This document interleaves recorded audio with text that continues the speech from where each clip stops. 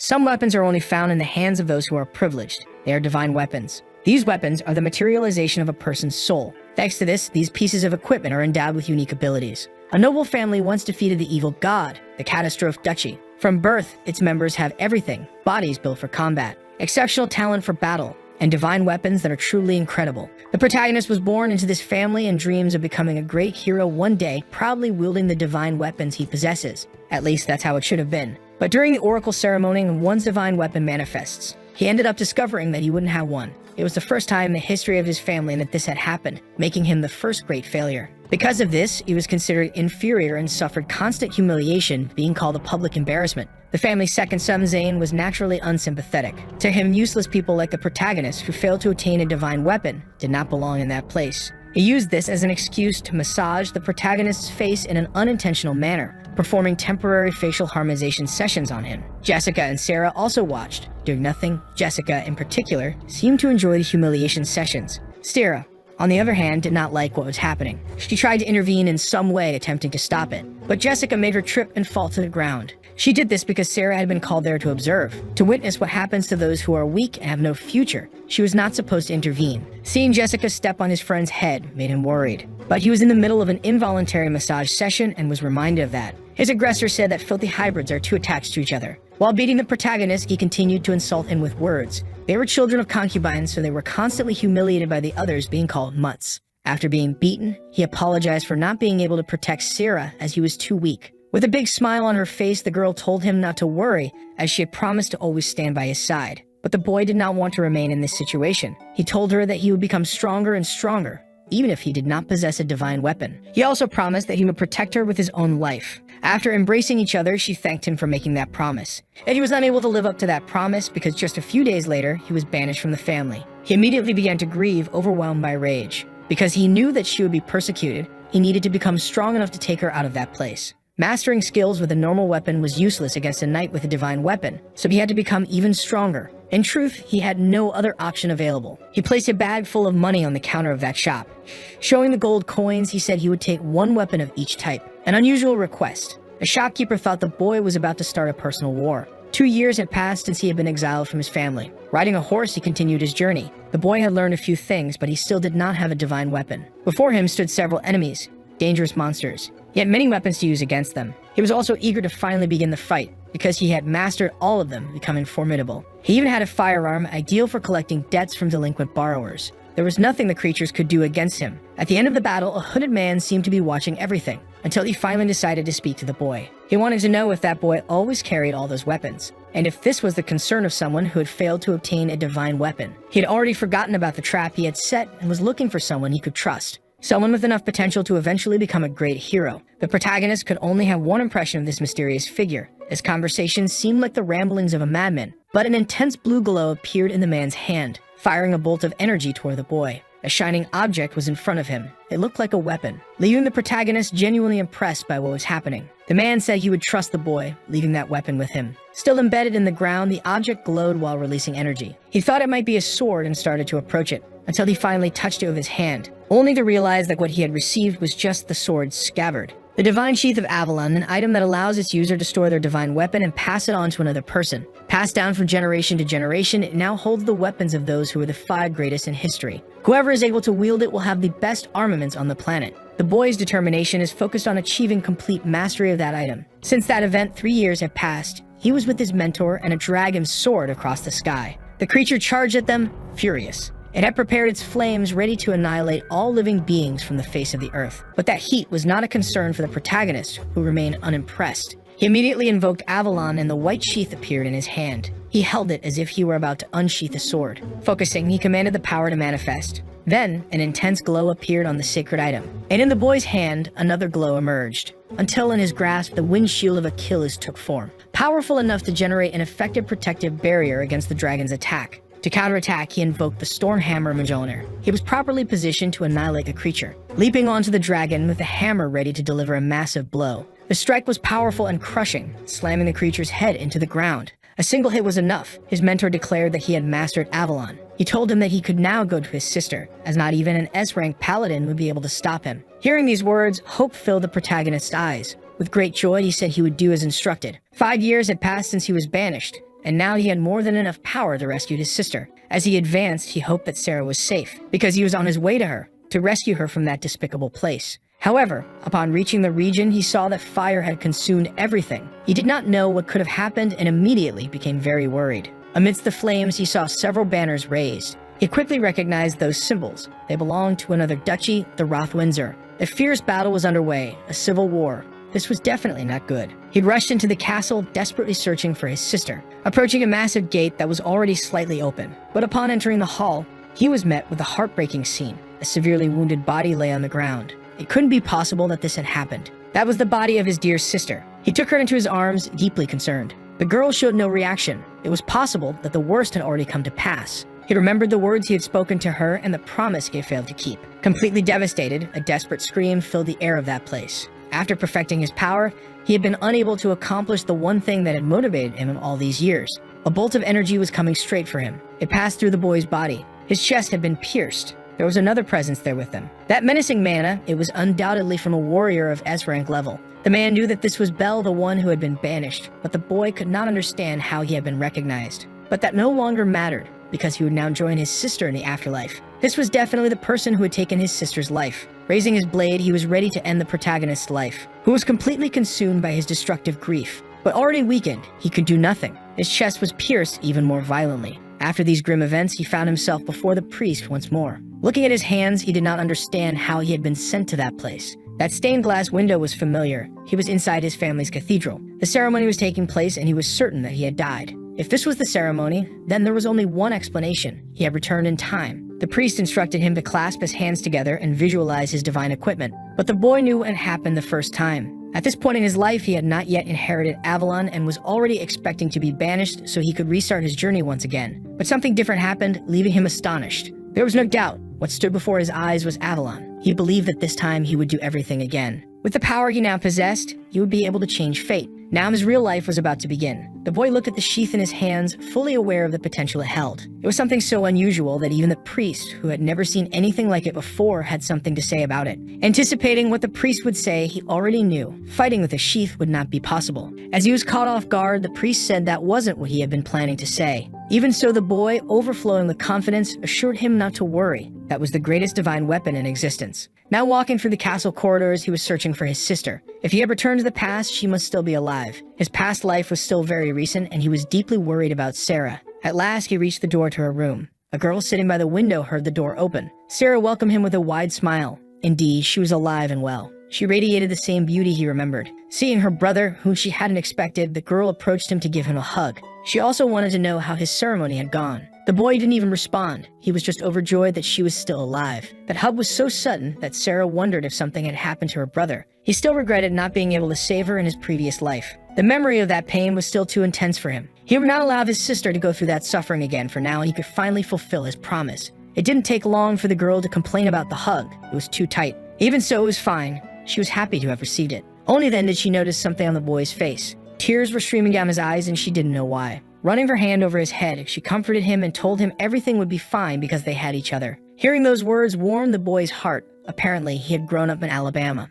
His obnoxious brother also entered the room, noticing how well the mutts were getting along. He had been looking for Bel for some time. That was Zane, the true sadist. The little jerk said he had already heard the news. His brother had received a peculiar item during the ceremony. Apparently, the priest loved meddling in others' affairs, a true gossip. Bel confirmed that he had received a sheath. His brother couldn't hide his contempt. Laughing uncontrollably, he said his sheath wasn't a weapon, and it suited that poor soul perfectly. He would never be able to fight with that, and the two of them together were truly idiots. The protagonist had to clench his fist. He was tempted to perform an unsanctioned orthodontic procedure on the little jerk. Instead, he gave him a chance to take back his words. But the little jerk didn't understand his stance. He wasn't used to seeing his half-brother stand up for himself, so the protagonist warned him again to take back what he had said. Sensing that this was a challenge, the little jerk was filled with even more hatred. Now he would teach the concubine's son a lesson. Unfortunately for the little jerk, the protagonist had years of intense training with his mentor. Landing a powerful strike to his stomach, he ensured the boy would reflect on his actions from now on. The poor kid only avoided vomiting his lunch because the food had already passed the point of no return. He collapsed onto the ground, curled up. Maybe he had felt the blow to his liver and his blood pressure had dropped. Looking down at the little jerk, the protagonist advised him not to threaten Sarah again, or he might be forcefully re-educated and proper manners. Frustrated, the little jerk called his half-brother a bastard. Now he was going to take the violence to the next level. With his divine weapon, he promised to make his brother beg for forgiveness. He would scorch his skin. Seeing that the little jerk wanted a serious fight, then so be it. He told Sarah to step back, things were about to get fun. But he reassured her first, telling her everything would be fine. He would handle this situation with ease. Preparing for battle, he summoned the mighty Avalon into his hand. Now he was armed with the mysterious sheath. His brother refused to believe he could be defeated by an object that wasn't even a weapon. After all, he was already an E-rank paladin. A bastard like him would never stand a chance. That was somewhat relevant. Paladins were divided into ranks. Everything depended on their strength. Upon receiving their divine weapon, they were automatically classified as F rank. By channeling mana into their weapon, they advanced to E rank. From D rank and above, that same mana could be used for special attacks. To surpass B rank, one had to master the unique abilities of their equipment. It was bizarre that the little jerk was bragging about being E rank. He still had a long way to go. The protagonist didn't even feel challenged by this. His overwhelming confidence only made the little jerk even more furious. Being even more provocative, he said his brother was being very cute. That was the last straw. He was going to strike the mutt with overwhelming force. Sarah became worried, certain that things could take a dangerous turn. Placing his hands on the sheath, he invoked the Sword of Light. Before them appeared Caliburn, a truly formidable sword. The little jerk couldn't believe it. His weapon's flames were useless against that. Not to mention, he had no idea what that sword even was. The counterattack caused the little jerk to lose his balance. Even more surprising was that his divine weapon had been cut by that sword. The boy looked on in fear, realizing he had been completely overpowered. Still unable to comprehend what had happened, he was sure there had been nothing inside that sheath. Approaching him, the protagonist wanted to know if he was satisfied, or if he would prefer to beg for forgiveness now. Like a true sore loser, he claimed he had been tricked. He didn't know the boy was armed. If he had known, he wouldn't have attacked because he was a coward. He even managed to threaten him, saying he wouldn't forget this. Then he fled the room, terrified, and with his underwear completely obliterated. The protagonist made sure to follow him. This wasn't over yet. Now in his hand was a fire-spitting lead dispenser at Ragnarok. With the little jerk in his sights, he fired a single shot. The poor soul tried to escape, realizing the bullet had passed dangerously close to his face, striking the wall right in front of him. Staring at the hole left by the bullet, he became even more frightened. Everything was becoming more and more confusing for him. It made no sense. How could the boy now be wielding a different weapon? He had just used a sword. It was impossible for him to have more than one divine weapon. The protagonist advised him not to forget this. You shouldn't provoke Sira again. Either way, it was up to him to decide what he would do from now on. And the little jerk had no more underwear left to ruin. His fear only grew. With cold eyes like a lone shark collecting debts from defaulters, he warned that the consequences of the little jerk's actions could earn him a hole in his forehead. Desperate, the little jerk ran off to save his own life while the protagonist put away his divine weapon. Sarah, who had seen everything, was absolutely amazed. She was fine, but she wanted to know if those weapons were her brother's divine armament. So he reminded her. He had already told her she could leave everything in his hands. The girl found that really cool, and all the protagonist wanted was to continue protecting that beautiful smile. He would never lose to anyone again. Elsewhere, the little jerk went to report what had happened. He had gone straight to his father, telling the Duke that he had been humiliated like a dog. The Duke was intrigued that Belle had received multiple divine weapons. The little jerk insisted that it wasn't normal. Belle must have made a pact with Beelzebub the Lone Shark, and because of that, he should be banished immediately. But the Duke ignored his words. He was too engrossed in the possibilities of having a powerful heir. Rising from his throne, he completely disregarded the little jerk. Asking where his father was going, he learned that he was heading to see Belle. He needed to confirm for himself if this was really true. After that event, the boy needed to rest for a while. He went to his bed to recover. He had won the battle, he was still in the body of a child. He was extremely exhausted as he still couldn't control his mana with mastery. That should have been a fire shot, but it ended up being a regular shot. He was definitely still at F rank. He needed to improve his strength, but he knew he couldn't remain at this power level. He began to recall the battle he had witnessed. It was the Rothwindsers. That symbol belonged to them. They were a family with whom they had an old rivalry. Anything could have been the spark that ignited that conflict. Surely the one who had attacked him must have been from that family. But this time, things would be different. He would protect his sister. And to do that, he also needed to be more respected within his own family. The doors to his room swung open. The boy looked at the one who had entered. It had been a while since they had last seen each other, and he had no idea why his father was there. Galleon had accomplished great feats in the grand battle that took place 20 years ago. Alone, he had fought against the evil god. He carved his path through the Dark Continent, using only his sword. He was recognized by many as the Sing of the Sword, and standing beside his father was the little jerk. Now he understood the reason his father had come. He was definitely being accused of something, but this was the perfect situation for him. The fastest way to be valued was to be noticed by the head of the family. Bowing, he showed respect to the Duke. The old man said the boy had changed a lot since the last time they met. But this time, he had come to him as a father and asked him to relax. With great maturity, Bell said that wasn't possible. Just one word could be misunderstood, and he needed to be responsible before the Duke. The old man was smitten by the maturity of the snot-nosed kid. He asked the boy to stand up, and so he did. And he would do as the boy suggested. He would remain there as the Duke. Immediately, his presence became overwhelming. The Duke's pressure was terrifying. He had learned that his sons had fought and conflicts between siblings were forbidden. Bell showed a hint of regret, and the little jerk believed he would soon see the bastard being punished. No one in that house could remain standing under the Duke's power, but the boy had already steadied himself. He said that he and his younger sister had been harassed. Hearing this confession, the Duke asked if his orders had been violated over childishness. The boy confirmed once again and added that he had no regrets. And the Duke wanted to know if he truly didn't regret disobeying his orders. Bell said that abandoning those he loved was an even greater disgrace for a paladin. He would fight to protect his sister, even if his opponent was his older brother. As he spoke, the Duke observed him intently. This was the path of the knight he wished to walk. The Duke pointed the tip of his sword at him. He asked what he would do if his opponent were him. But the boy held his ground. He wouldn't hesitate, even if his opponent was the Duke himself. The old man tried to intimidate him with his gaze, but he ended up liking his son's resilience. He said that he would let this incident be ignored, much to the little jerk's dismay. And looking at him, he was disappointed that Zane had harassed his own sister and then lost a fight. The little jerk hadn't expected to be put in his place like that. The Duke told him he should be ashamed and not show his face before him. He understood Bell's choice and acknowledged that it was courageous of him to say that, knowing the consequences of his words. The boy apologized for being reckless, but his father said that was the attitude he expected from catastrophe knights. Now he wanted the boy to show him his power. He asked to see his divine armament. The boy did as requested. A blue light began to emerge between his hands, and the Duke was even more impressed.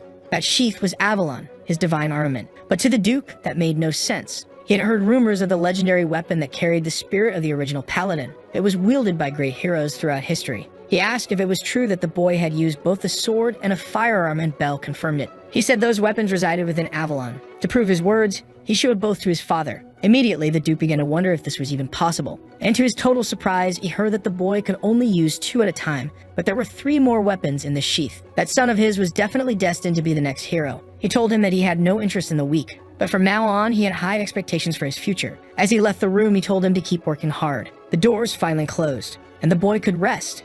That pressure had been overwhelming. He just needed to keep improving, but it was a shame he had a child's body. He needed to reach D rank as quickly as possible, and for that, he had to hunt monsters to absorb more mana. He would head to the nearest forest to hunt some orcs. Night had finally fallen, and the head of one of the creatures lay on the ground separated from his body. In the forest, the slaughter continued. There was nothing the creatures could do, because something far fiercer was there. The beast's teeth were as sharp as iron swords. It roared furiously, asserting its dominance. That forest certainly brought back nostalgic memories. After being banished in his past life, he had trained there for some time, but something felt strange. He had been walking for a while and hadn't encountered any monsters yet. From within the bushes, a creature watched him. He finally came across some orcs, but they were in pieces. Their remains were now part of the forest's decor. It was a scene as terrifying as it was unusual, and as he tried to make sense of it, he was suddenly startled by a terrifying sound. The boy turned around to see what it was. An attack was already in motion, and he had to defend himself. The force was greater than his own, sending him flying. This was not the creature he wanted to encounter. That was definitely Fenrir. The reason there were no monsters in the forest was because of this D-rank creature. He barely had any mana left and was, at most, at E rank. It would be great if he could leave immediately. But looking into the creature's eyes, he knew he would be executed on the spot. The boy needed to stay alert to avoid becoming dog food. Caught off guard, he realized the monster's speed was greater than he had expected. He had to throw himself out of the way of the attack. In his hands, he summoned the fire-spitting pistol, firing several shots at the creature. But it managed to dodge them all. Now he was in real trouble, without a doubt. Since his mana was still low, his bullets weren't fast enough. The firearm wouldn't be effective. He needed to try something else. With his sword in hand, he charged at his attacker. The beast's clawed paw was a formidable threat. But the boy managed to dodge that devastating strike, and because of that, he found an opening that could work in his favor. He struck at the creature, but it managed to evade as well. Something impressive. He hadn't expected that. He needed to rethink his strategy. He was facing a real risk. If he were at his peak power, the forest dog would have already been annihilated. The wolf charged at him once again, furious. Bell knew he couldn't match that speed, so he had to stand his ground and defend against the attack. Because of that, he ended up taking some damage. He was cornered now. He couldn't escape the barrage of attacks. Slowly, he was being overwhelmed by the creature, which advanced toward him, ready to have him as his afternoon snack. Remembering that he had just reincarnated, he couldn't allow his life to end so soon. He had to summon Achilles' shield. That way, he could both defend and counterattack. However, the creature's agility was formidable, and it caught him off guard from the side. The boy fell, losing his grip on the shield. The fight couldn't continue at this pace. or he would end up as that aggressive dog's next meal.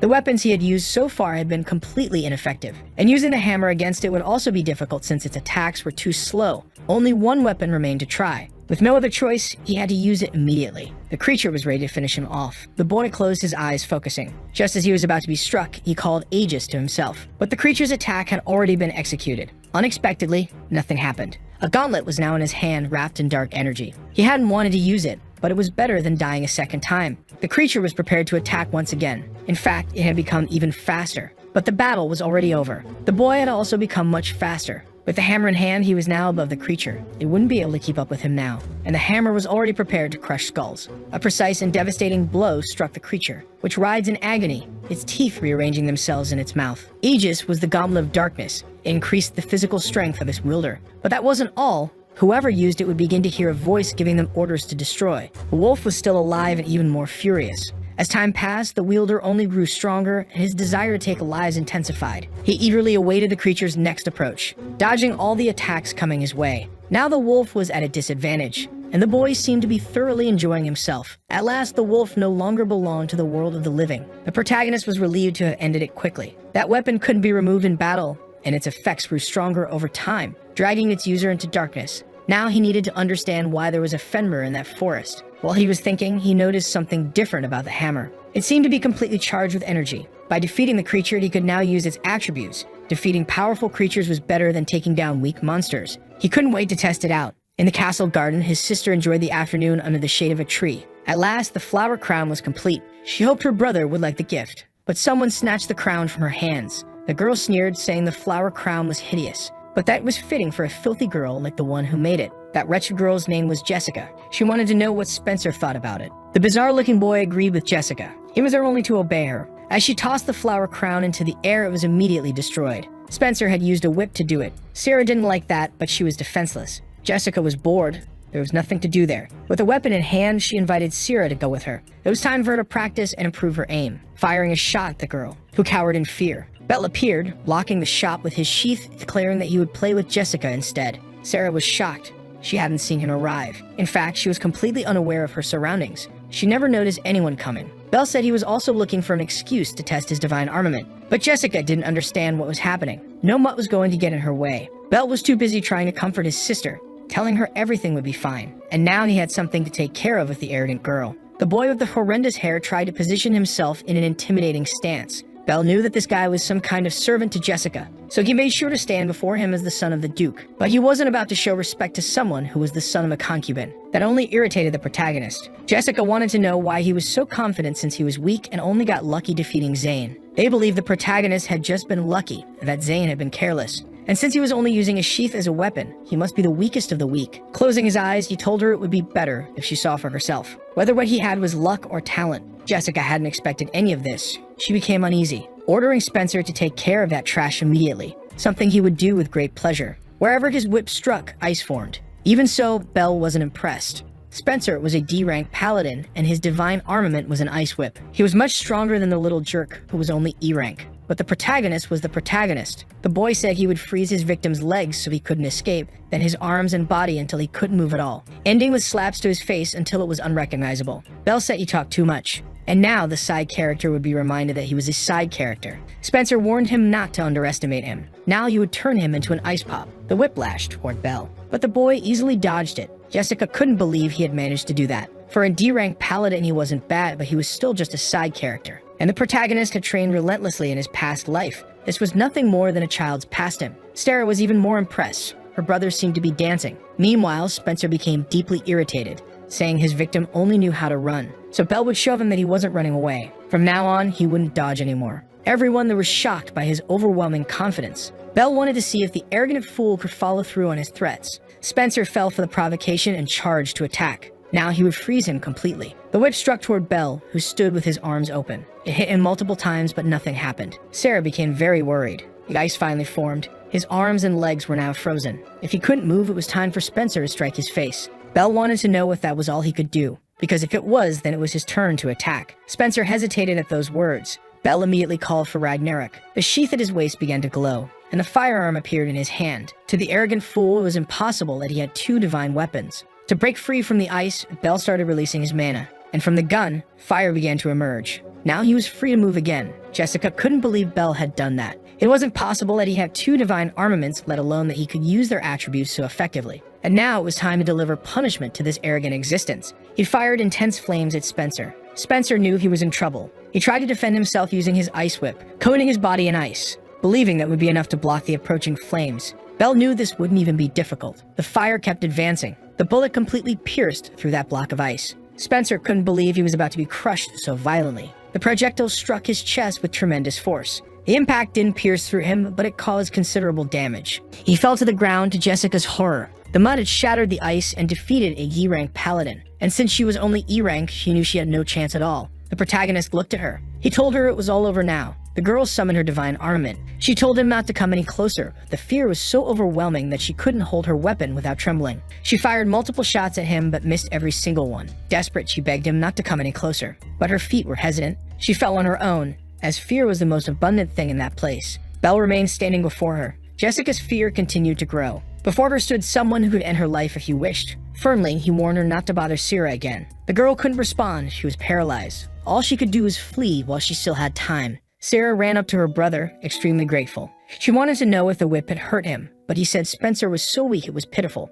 Sarah praised Belle's strength, but he told her he was only strong so he could protect her. She showed him the flower crown she had made since the other one had been destroyed. Placing it on Belle's head, she thanked him for always being there to protect her. Belle had received a gift from his sister. One day, he would make the whole nation revere this kind soul. The problem was that everyone that despised the children of concubines, improving his worth would be difficult. He needed to earn respect. And for that, there was something he had to achieve immediately. Outside the palace stood the Duke, meditating while holding his sword. His concentration was truly impressive. After some time, he executed a few cuts in the air. He was able to slice through the fallen leaves. Only then did he notice that Belle had approached him. He asked what the boy wanted by coming to him. Belle had come to request the Duke's permission. Interested, the Duke asked what the boy wished to ask for. Before making his request, he knelt before the Duke. The Duke was impressed by such formality. Belle wanted to take the admission exam for C rank. The Duke seemed intrigued by the boy's request. Belle said he wished to serve the king as a member of his house. To ensure the duchy remained recognized, his family had obligations to the royal family, such as escorting missions and eliminating monsters. Doing this was the fastest way for him to gain status within his own family. That way, he would earn recognition by completing difficult tasks. To obtain the best missions, he needed to take this exam. Looking at the boy, the Duke realized he had great ambitions, but he made it clear that it was still too early for him to take that exam. He should first become a full-fledged paladin before even considering C rank. And at the moment, he was only at F rank, having just received his divine armament. He should focus on the E rank exam first. What the Duke didn't expect was that the boy had something to show him. Presenting a fang to him, Belle asked if it was enough to change his mind. The Duke knew exactly what that was. It was a Fenrir fang. Immediately, he asked how the boy had obtained such an item. Without hesitation, Belle showed him one of his divine weapons. The hammer was now charged with intense electricity. Belle admitted it had been a bit difficult, but he had managed to discipline that stubborn mutt. Seeing the energy surrounding that hammer, the Duke realized the boy could already use attributes. Moreover, he had managed to defeat a D-rank creature. The boy was truly strong and should be eligible for the C-rank exam. He would allow the boy to take the exam under one condition. He was not to even consider the possibility of disappointing the duchy. Filled with confidence and gratitude, Belle assured him he never would. At the exam site, he noticed several candidates had gathered.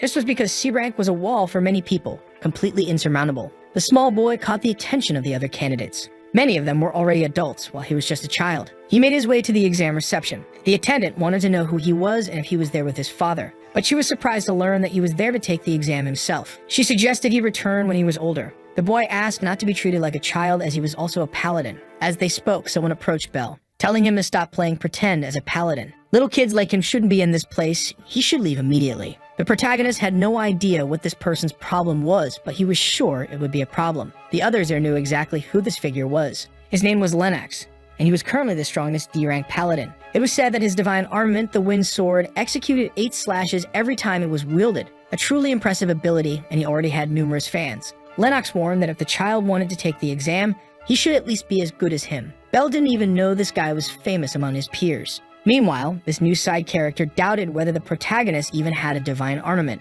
Holding the sheath at his waist, Belle said it was right there with him. Seeing that it was just a sheath, the young man began to laugh, thinking it must be impossible to fight with such trash. Other side characters started laughing as well. They never imagined that divine armaments could be so useless, and they were grateful they weren't as pathetic. Lennox said he didn't care if an ignorant child wanted to throw his life away like that. but it annoyed him that his participation in the exam put them on the same level as if they were equals. Taking his leave, he warned that the little piece of trash should return to his mother's lap. With the annoyance session over, Belle told the secretary to register him immediately. She wanted to know if he was sure about this, but he was unwavering. For that, he needed a recommendation from a B-rank knight or higher, as well as being at least D-rank himself. With that recommendation letter, he should be able to participate, resolving all issues. The girl knew that it was highly unlikely that anyone would recommend a child. But as she read the letter, she realized it came from the Duke of Catastrophe himself. Only then did she realize that the child before her was also the Duke's son. The participants gathered in the arena, the place where the exam would take place. The instructor began giving instructions on how the exam would work. First, they would be transported into a dungeon using that teleportation stone. They would have 5 hours to return with the Jewel of Light. In total, there were 3 of them inside the dungeon. Only those who managed to obtain the jewels would be promoted. The arrogant side character was convinced he was destined to be one of the winners. The competition before him looked intimidated, while the protagonist felt embarrassed on his behalf. After the explanation, the instructor asked if everyone was ready. Seeing the enthusiastic response from the group, the exam was set to begin immediately. It was the protagonist's turn to enter the dungeon through the teleportation stone. The rooms began to glow intensely, and he found himself transported to a completely different place. It was as if he had passed through a portal. He was finally inside the cave. It seemed that everyone had been sent to different locations on the first floor, so he needed to decide which road to take. Although the dungeon was large, he had plenty of time to complete it, and since he had the opportunity, it would be a waste not to make the best use of it. There were many creatures in this dungeon, and the more monsters he defeated, the greater his mana would become. Immediately, he gripped his sword, determined to hunt every creature that existed there. Inside the dungeon, the other candidates were struggling to defeat the creatures. They were formidable and highly dangerous. The eyes of those lizards were terrifying and violent, more than enough to intimidate the weak. The arrogant side character didn't understand why the others were struggling against such weak creatures. He could annihilate them with a wide grin, as it didn't require much effort on his part. His feats earned him the admiration of the others, and he continued to defeat the monsters. Overconfident, he declared that he wasn't mediocre like the rest. To be honest, he found the difficulty frustrating. The side characters were happy to follow him, as they would remain safe. Accompanied by them, Lennox warned that they would have the privilege of witnessing his skills firsthand, and that weaklings like them were only good for wandering around. After exploring the dungeon for a while, the group encountered a massive door. That must be the final chamber. He hoped he could find some real entertainment. Unexpectedly, there were multiple D-rank monsters in that place, and the jewels were positioned on an altar at the far end of the room. One of the creatures began walking toward the group. Lennox was confident he could slice it to pieces, delivering multiple slashes toward the monster. But his body was so tough and resilient that it took no damage at all. It was time for the creature to counterattack. For the first time in the dungeon, the arrogant side character found himself under pressure from one of the monsters. The blow was so strong that he lost his balance, but he was still shocked that his attacks had no effect at all. Even the other side characters couldn't believe what was happening. They immediately became worried because the other creatures had now focused on them. The guy from Clava had to act quickly to save his own life. He managed to strike one of the monsters attacking him, only to realize that physical attacks were completely useless against it. Meanwhile, the woman was struggling against the flying creature. This particular monster could attack with its feathers without even needing to get close. Lennox finally realized the difficulty level of this final exam stage. There was a monster capable of resisting each of their divine abilities. Against that stone creature, he was completely ineffective. Terrified and unable to act, he closed his eyes, expecting the worst. But the terrifying creature was destroyed before it could land a blow on the candidate. He opened his eyes, still in shock. Belle was relieved. If he had arrived a little later, the worst would have happened. He had quite a bit of fun while hunting, but Lennox immediately recognized him. It was the little piece of trash taking the exam. A monster immune to physical attacks was approaching him. Belle had to change strategies to deal with that creature. The sword was the ideal weapon for this. Lennox was surprised that the boy's divine armament had transformed.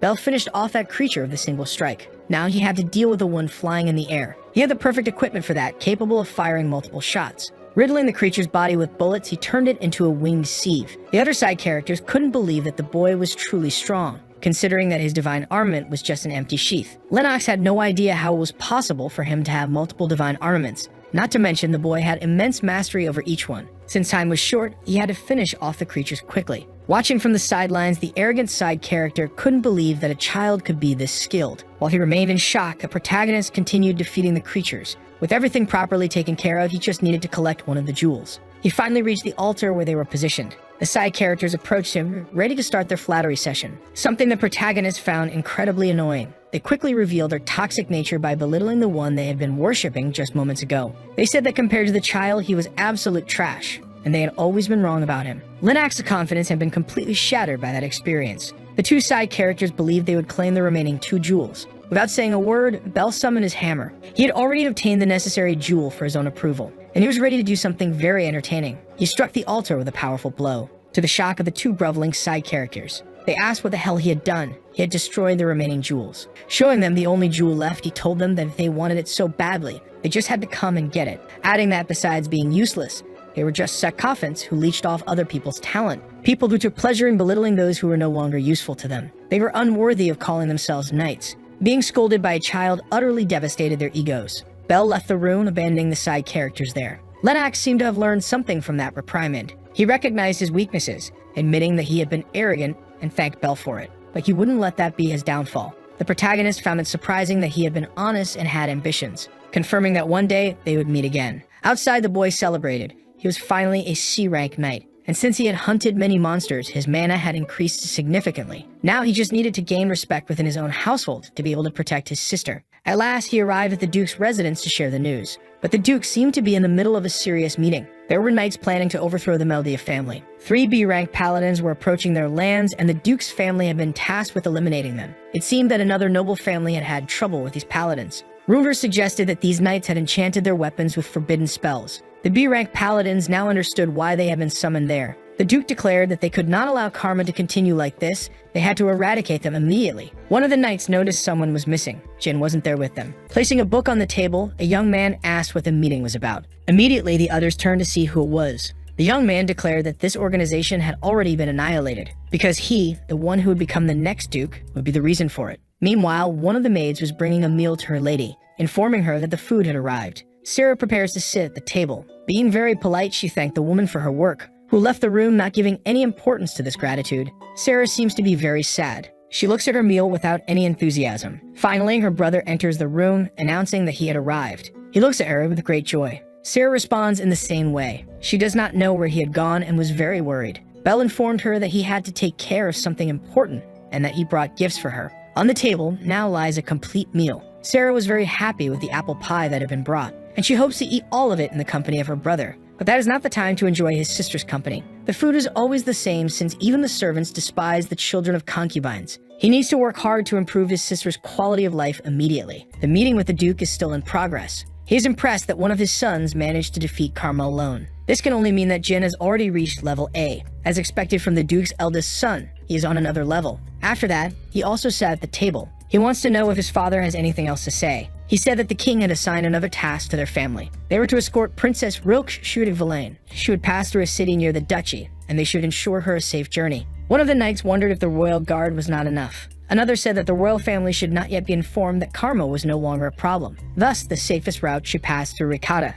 While they were talking, another person entered the hall. The boy asked them to wait before making a decision. His appearance caught everyone's attention. The knights know that this is Bell. The Duke could not deny that he was very pleased with his son's talent. It seemed that the exam was already over. Showing his certificate, the boy confirmed that he now belonged to level C. It is impressive that he achieved this at such a young age. Now, the Duke wanted to know why he interrupted them. He wanted to suggest a different route for this journey. One of the knights was surprised that a boy had something to suggest. The route that passes through Ricotta has no monsters, which is why there are so many bandits, and the journey would take 3 days. It would be better if the trip passed through the monster plain. One of the knights warned that that place was definitely dangerous, but the boy knows the monsters that inhabit that region. Most of them are chimeras and horrors of the dark. Both are nocturnal creatures, so traveling during the day would be much safer. Not to mention, it would take only a single day to reach the destination. The knight, unfortunately, had to agree with this. After listening to the boy, the Duke realized that he was assertive and knew a lot about monsters. Now it remained to be seen what they thought of it. Because the boy wanted to be entrusted with this task,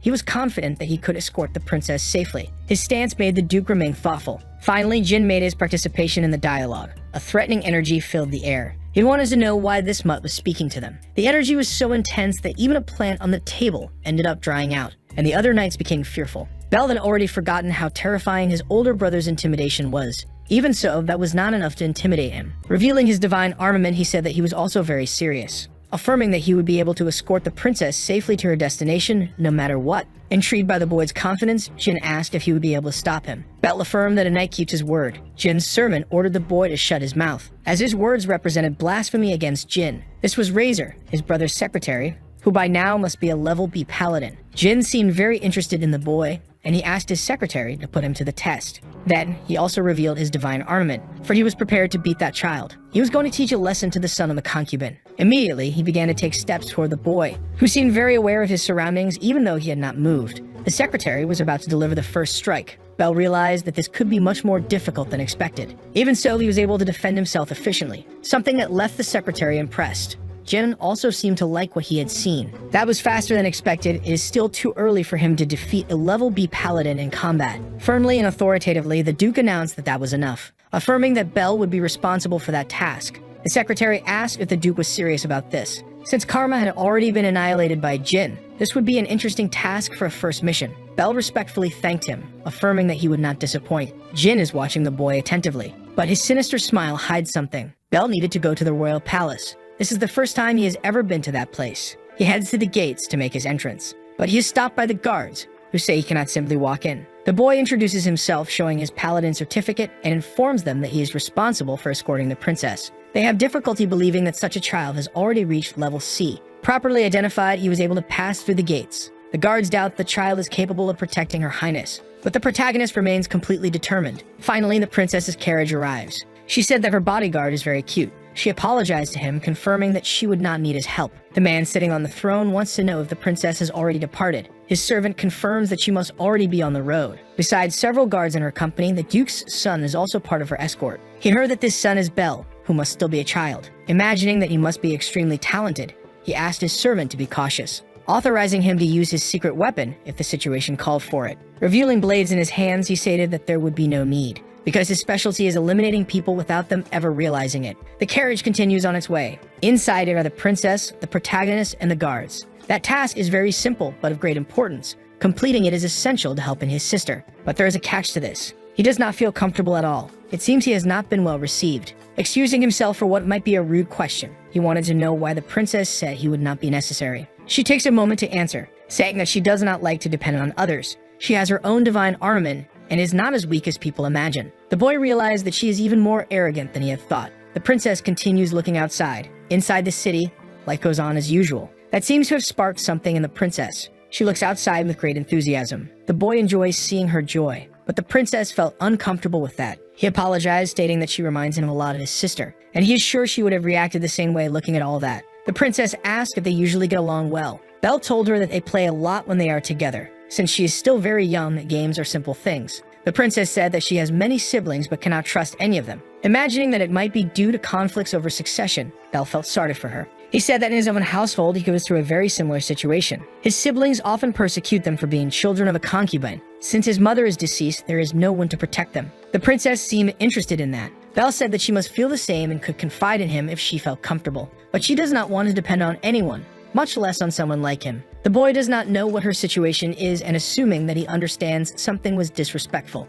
Around the road, outside the walls, they are being watched. Night finally fell upon them. They reached their destination in one day as planned. But for the princess, it had been very exhausting. The gates open, and she is received. Only she does not know who this young man is. His name is Peter, one of the knights of that kingdom, and he said they are happy to finally welcome her. Belle had heard of Peter before, but could not recall at that moment, and he found it very strange that they were received outside the city. Those who had prepared the ambush were ready to act, and the princess's entourage remained outside. The boy noticed that there were many guards there, but it was still suspicious. A dagger was thrown at them. Belle knew that the princess would be an easy target outside the castle. He managed to react quickly to protect her with his divine armament. She and her guards were immediately startled.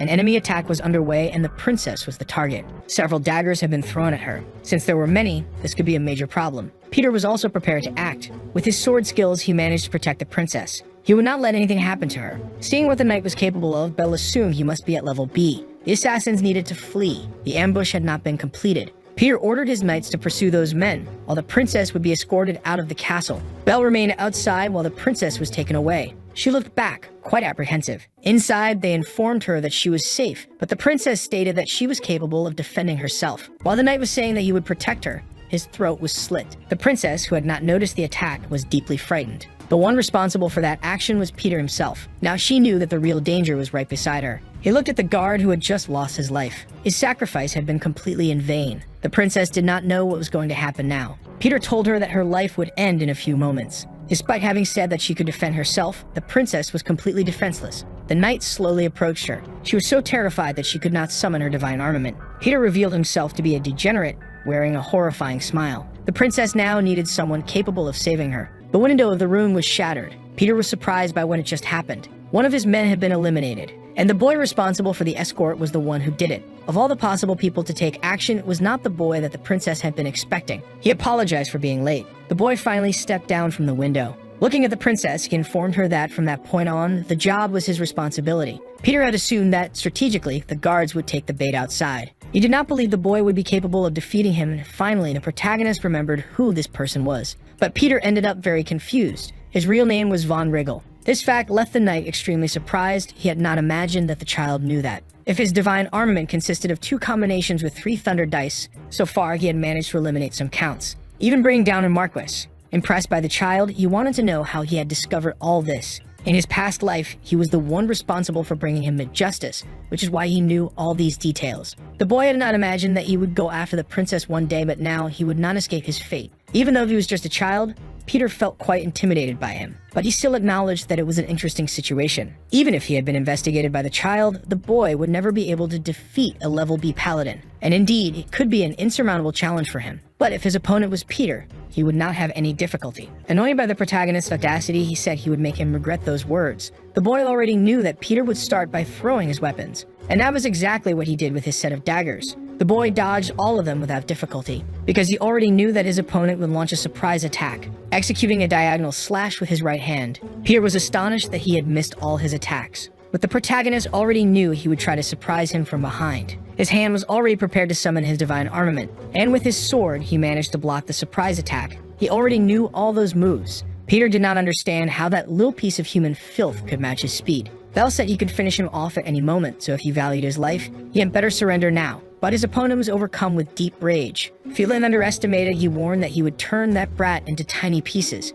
With his anger, his attacks became even more predictable. That was his weakness. Guided by his fury, he delivered multiple strikes, but none of them were able to reach the child. The princess was impressed by his combat skills. Even though he was small, he was fighting an assassin as if it were something simple. He silenced all those attacks. The princess realized that, in truth, she talked too much. The ring on one of her fingers began to glow, and the protagonist, now out of patience, announced that he would put an end to this once and for all. The first attack he struck against his opponent was effective. Peter had been wounded. He needed to rethink his attack strategy. He realized that all his movements were being read. Things were happening just as his boss had warned. That boy might be extremely talented, or there could be something else about him, so he should not be careless. Facing the difficulty, he decided to use his greatest trump card. The protagonist was aware of this. He would use his ability an impenetrable barrier of light, and he told him that this was no problem at all, as he would be able to overcome this challenge. Peter believed the boy was merely being arrogant, so he began to open that small vial. Even knowing what it might be, the protagonist grew worried. Those were the tears of the Dragon King.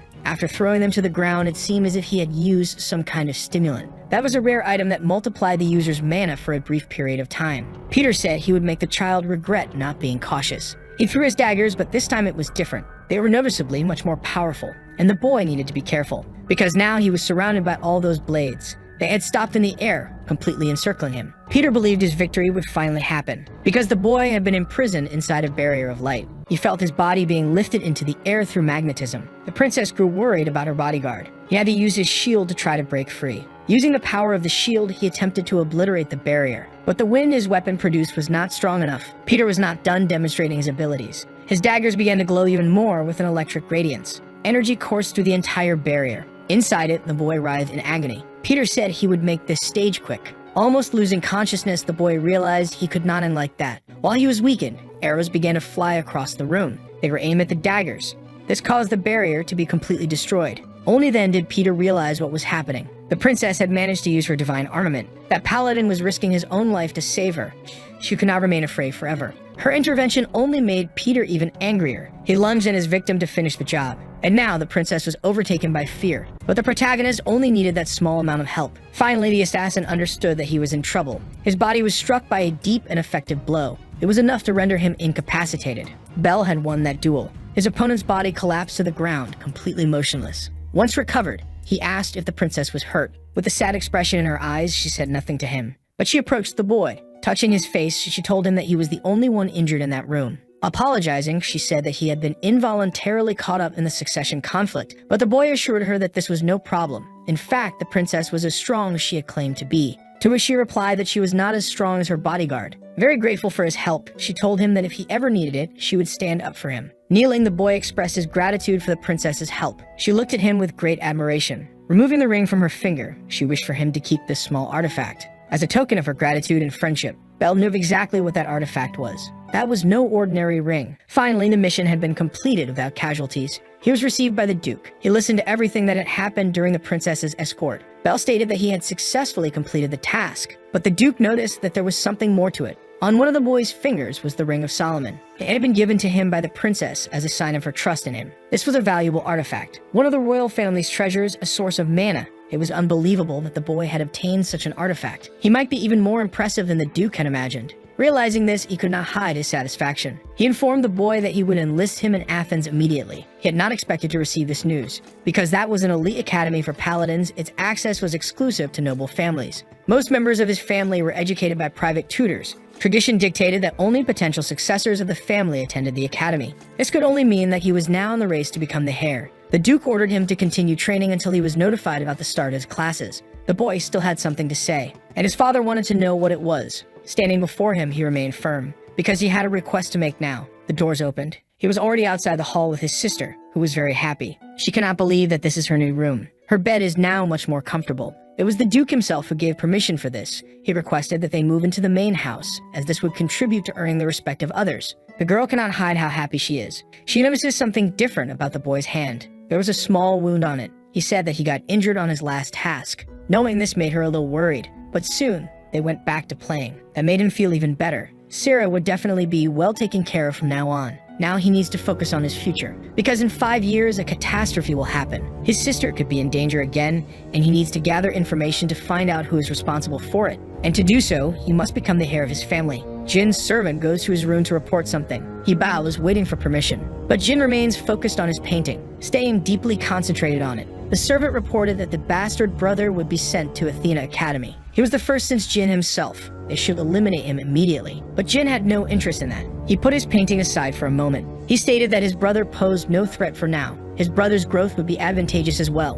because there was something he truly enjoyed doing. His servant was surprised by that. Jin revealed himself to be a true degenerate, who enjoys crushing things after they have fully developed. Given that, it would be done as he wished. Even though his master had already given the order, he considered this a risky strategy. The boy had multiple divine weapons and had already managed to defeat a level B paladin. He needed to make his move immediately, purely out of precaution. Belle was outside training. He needed to develop his unique abilities, and it would be ideal to hone them before entering the academy. The problem was that, to do this, he would have to hunt countless monsters. Through the reflection of his sword, he saw that his brother's servant was approaching. He needed to stay alert to this approach. The man was getting closer to him, addressing him with formality, something he did not expect from someone supposedly hostile. Knowing he was his brother's servant, he asked what he wanted there. He was apologizing for what had happened the other day, because it was disrespectful to point his blade at one of the Duke's sons. The protagonist thought that perhaps he might be a good person, and considering that, he asked him not to worry about the past. He thanked the boy for his kindness. He said he had something else to discuss with him. The boy was still holding his sword,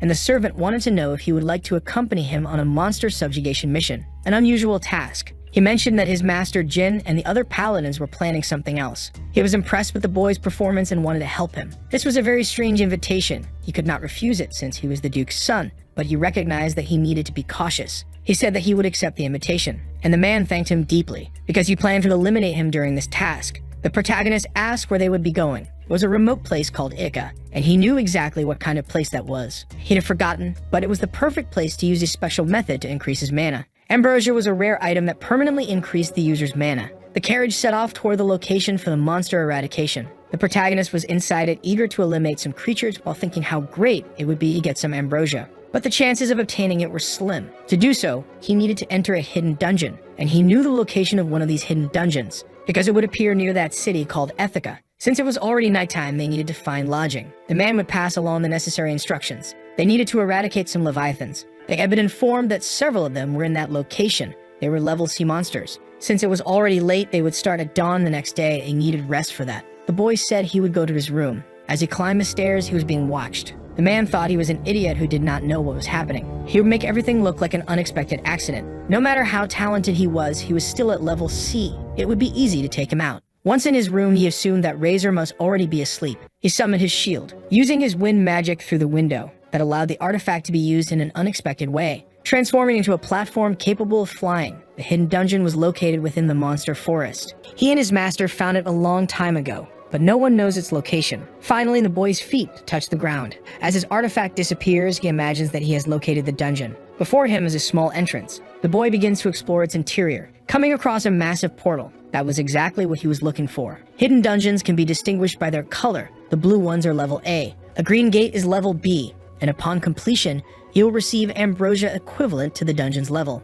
That will definitely help him a lot. The boy is prepared to enter the gate. He needs to defeat the dungeon's boss creature. In his past life, he faced it while only at level D. His master had warned him that it was too early, and it might still be difficult for him now, but he cannot retreat just because of fear. He placed his hand inside the gate. Passing through it, he thought about how he needed to get stronger as quickly as possible. Inside the dungeon, he was already battling the first creature, but it did not seem challenging enough. He observed the movements of that phantom knight, which was prepared to advance and attack once more. It delivered swift and precise strikes, but the boy was able to keep defending himself, and in doing so, he found an opening in the attack, striking the knight while it was completely unguarded. But his strike was not enough to defeat it. On the contrary, the force of the impact threw the boy backward. He needed to switch weapons, and now he wielded the mighty hammer. With it in his hands, he managed to land another blow, yet the creature remained unscathed. Physical attacks were not enough to destroy that armor. It was up to him to try another strategy. Using his sword once more, he made his blade shine. He was going to attack using magic. The strikes hit the armor.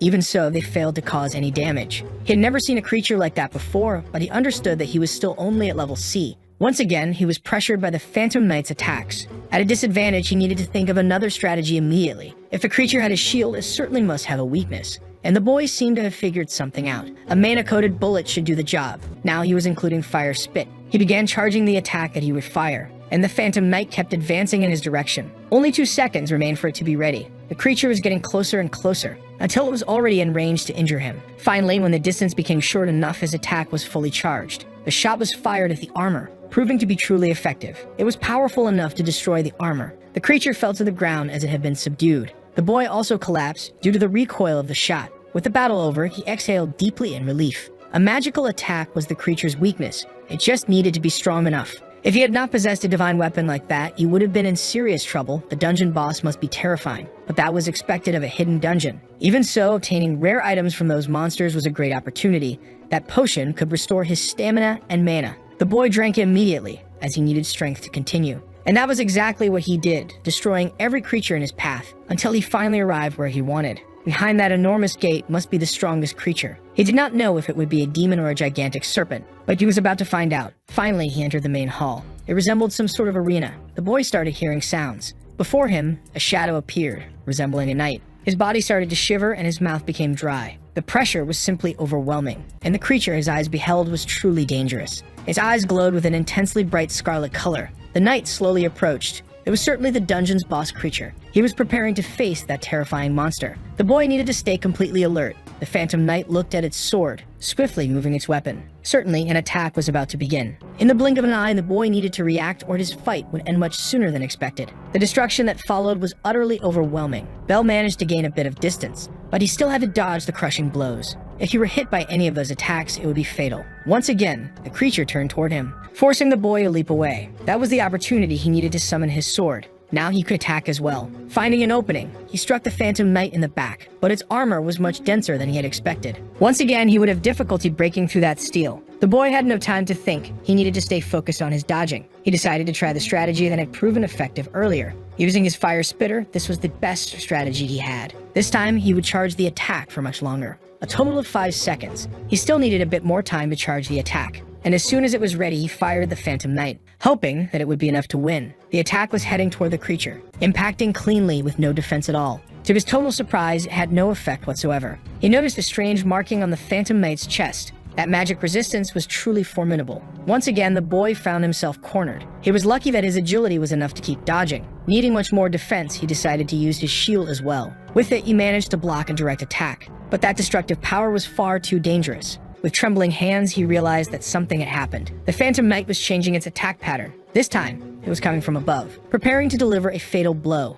Bell needed to act as fast as he could. The Black Knight's sword struck the ground, completely shattering the arena floor. Amidst the rising dust, it completely lost sight of the boy. Finally, he revealed himself again, gaining even more distance. He did not have enough mana to pierce that armor, and soon he realized that the dust had obscured his enemy, until he saw a glow forming. His body could feel a bad omen. The creature's sword had been thrown at him. He had to use his shield's protection to avoid being finished. The blade ended up ricocheting far away, and the boy realized that the attacks had not stopped. That strike had only been a feint. The real threat was coming from behind. There was nothing he could do. His body writhed in agony from the brutal impact. It was lying on the ground before the creature, and it was still not satisfied with its enemy's life, trying to stomp him to end his suffering. Even though he was weakened, Bell managed to dodge once more. He only regained his strength because he had drunk an elixir. If not for that, he would have been defeated. The problem was that he had nothing left to rely on, and the creature had retrieved its sword. Faced with the risk and the impossibility of winning, he had to gamble. The shield was the heaviest weapon he had. That gave him an interesting plan. He imagined that he could throw it at the correct speed using wind magic. Finally, the shield had become an offensive weapon. It was now the most powerful projectile he possessed. His plans were thwarted.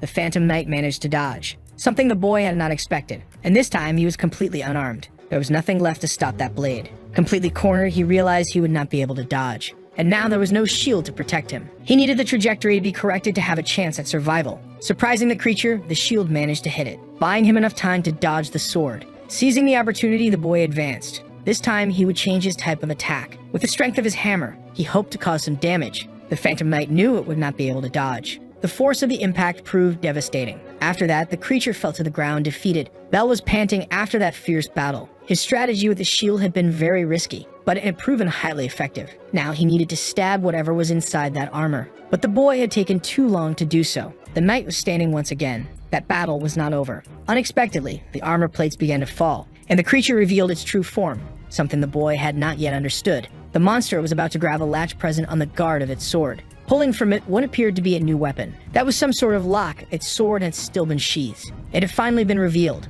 The boy had never imagined that such a thing existed, and now he had a new enemy to fight. The creature had gained a lot of speed. Bell was struggling to keep up with its attacks, being violently thrown against the wall. The pain that surged through his body was agonizing. Upon hitting the ground, he no longer had the strength to continue fighting, and the creature kept approaching him. His senses were almost fading away, and the dungeon boss was prepared to take his life. Even without strength, the boy tried to stand once more, because he knew that if he did nothing, his life would end right there. He could barely lift his head. A slash was coming toward him, but it ended up being avoided. He was using the gauntlet. The creature's luck had finally run out. The monster did not understand. Its victim seemed to have no strength left. Meanwhile, the boy also summoned his sword. For the first time in the battle, he managed to pressure his enemy. And now the real fight was about to begin. The two began exchanging numerous blows. Both were much faster now, and the battle extended throughout the entire arena. Without armor, the monster had actually become much stronger, but it was still not stronger than the protagonist when using the power of the gauntlet. He was confident that he would resolve this conflict now. The colored marking on the monster's body changed hue.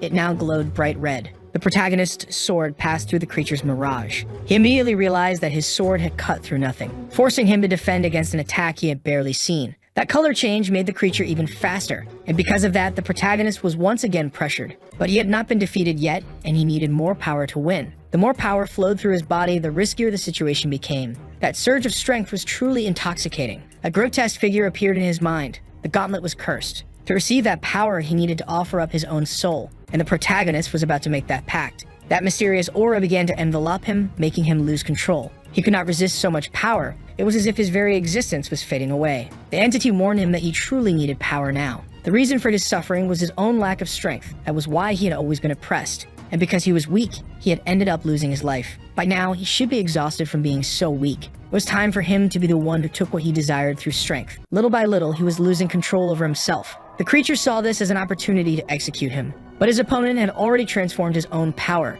now standing on equal footing with the creature's strength. The shockwave resulting from their blades clashing was devastating. There was only one thing driving him now, his insatiable desire for destruction. He no longer wanted to win, he only desired to destroy, and the creature would be his first obstacle. And after that, he would destroy anything that stood in his way. Even on the verge of losing control, the boy remembered his sister. That gave him a spark of awareness. Bell was still fighting the powerful creature. He realized that he could not pay this price now, because there was a beloved sister waiting for him. His battles were not motivated by the desire to take lives. The true motivation behind his desire to grow stronger was the need to protect his sister. In this way, he managed to regain control over himself. It was time for that creature to yield the power it possessed. The power of Aegis was truly formidable. He managed to push the dungeon boss back with ease. The entity tried to tempt him. He only needed to ask, and it would give him its power, as long as he offered his soul as payment. Because of the internal conflict, the boy still hesitated. But he decided to attack nonetheless, and the creature advanced toward him as well. Both prepared powerful strikes, only to find themselves once again engaged in rapid combat. The creature attempted to surprise him with a mana attack, but its speed was once again surpassed. The boy managed to disarm the creature, forcing one of its arms to part from the rest of his body. That would make it impossible for the creature to continue fighting, and the protagonist finally found the opening he needed, slashing the creature in two. At last, it seemed that the monster had been completely subdued. The winner of that battle was Bell. Still feeling power flowing through his body, he observed the creature's form, which, having no more life, began to disintegrate. That challenge had reached its conclusion, and now he could rid himself of the cursed gauntlet. That enemy had been far too powerful, and the boy had almost lost control of himself. He needed to avoid using that gauntlet as much as possible. Before him, the small vial had appeared. It was the item he had been searching for, ambrosia. If he drank the contents of that vial, he would have as much mana as a level B paladin, allowing him to use his divine armament abilities. The truth was, he had never seen a vial of ambrosia before, and he was a bit concerned. But he knew that he needed to drink it if he wanted a better future. At first, he felt no change at all. After a while, he began to feel his mana increasing significantly. It was incredible. He had reached level B instantly. After the power came the pain, so intense that the boy almost felt incapable of resisting. His chest ached, and at the same time, he felt as if his body was burning. The sheath on his waist began to glow intensely. Not knowing what was happening, he collapsed to the ground, unconscious. Now he was lying in the center of a magical formation, waking up still very startled. He had no idea what place this was. It was as if he had been teleported to another dimension. A man welcomed him to this place. He had finally woken up. That was his mentor, and been a long time since they last saw each other. Even with his face hidden under a hood, the boy recognized him. There was no doubt that this was his master. Other people were also present in that place. A girl carried a hammer, and a concealed man was the bearer of the gauntlet, as well as a knight who wielded a sword. In that place, he was warmly received by all of them. It was the first time in his life he had learned of something like this. That was the dimension of souls. Seeing his disciple again left the man very emotional. The boy was also happy about this reunion. His master's name was Regis. It was he who had given him Avalon. He was the original bearer of the Achilles shield. Seeing his master so unexpectedly was truly gratifying. But he could not understand anything. He did not know how he remembered him since he had returned in time. The master said that he had been watching his pupil from that place. He had witnessed his death and reincarnation. Hearing this, the boy became intrigued about the nature of that place. That space existed within Avalon itself. It was where the divine armaments were stored, along with the souls of each of their successors. This statement left the boy perplexed. He wanted to know where his former master's body was. He replied that his body was probably somewhere in the mountains, enjoying retirement. Avalon was a divine armament that bonded with the souls of its bearers. By carrying it through time, its bearer lost connection with it. But his consciousness remained linked to his body. The boy immediately imagined that returning to the past had been the work of his armament, but the master doubted it. At the very least, he did not know that the armament was capable of such a thing. But the boy had not expected that even his master could not provide him with that answer. Reunited with him once again, his master told him that he had done an excellent job protecting his sister. He congratulated him for that, but the boy felt embarrassed upon receiving the praise, and he wanted to know why he was there with him. The master was about to begin his explanation, but one of the souls there started moving. He said that the two of them were taking too long and that he also wanted to talk. His name was Reven, the wielder of the fire spitters. The master warned that he had not finished speaking with his disciple yet, and the man asked him to be a bit more flexible, saying that he was not a stone golem. Before them, the boy just watched, understanding absolutely nothing. Introducing himself to the sixth successor, he said it was a pleasure to meet him. The boy remained thoughtful for a moment, and when he tried to shake his hand, he realized that the man was playing a joke. That man was extremely easygoing, something the boy did not understand. Seeing his confusion, Reven found it quite amusing. He said that the sixth successor was indeed very naive. The girl also joined them. Charlotte noted that the newcomer was still adapting, but the man said it was just a harmless joke and asked if Haru agreed with him. But the man was extremely shy. Besides being the fourth successor, he asked them not to speak to him. The girl knew that Reven liked to tease others. He asked her not to get so irritated, saying it ruined her beauty and made her wrinkle. Charlotte did not appreciate that comment at all. The master tried to ask them to stop arguing,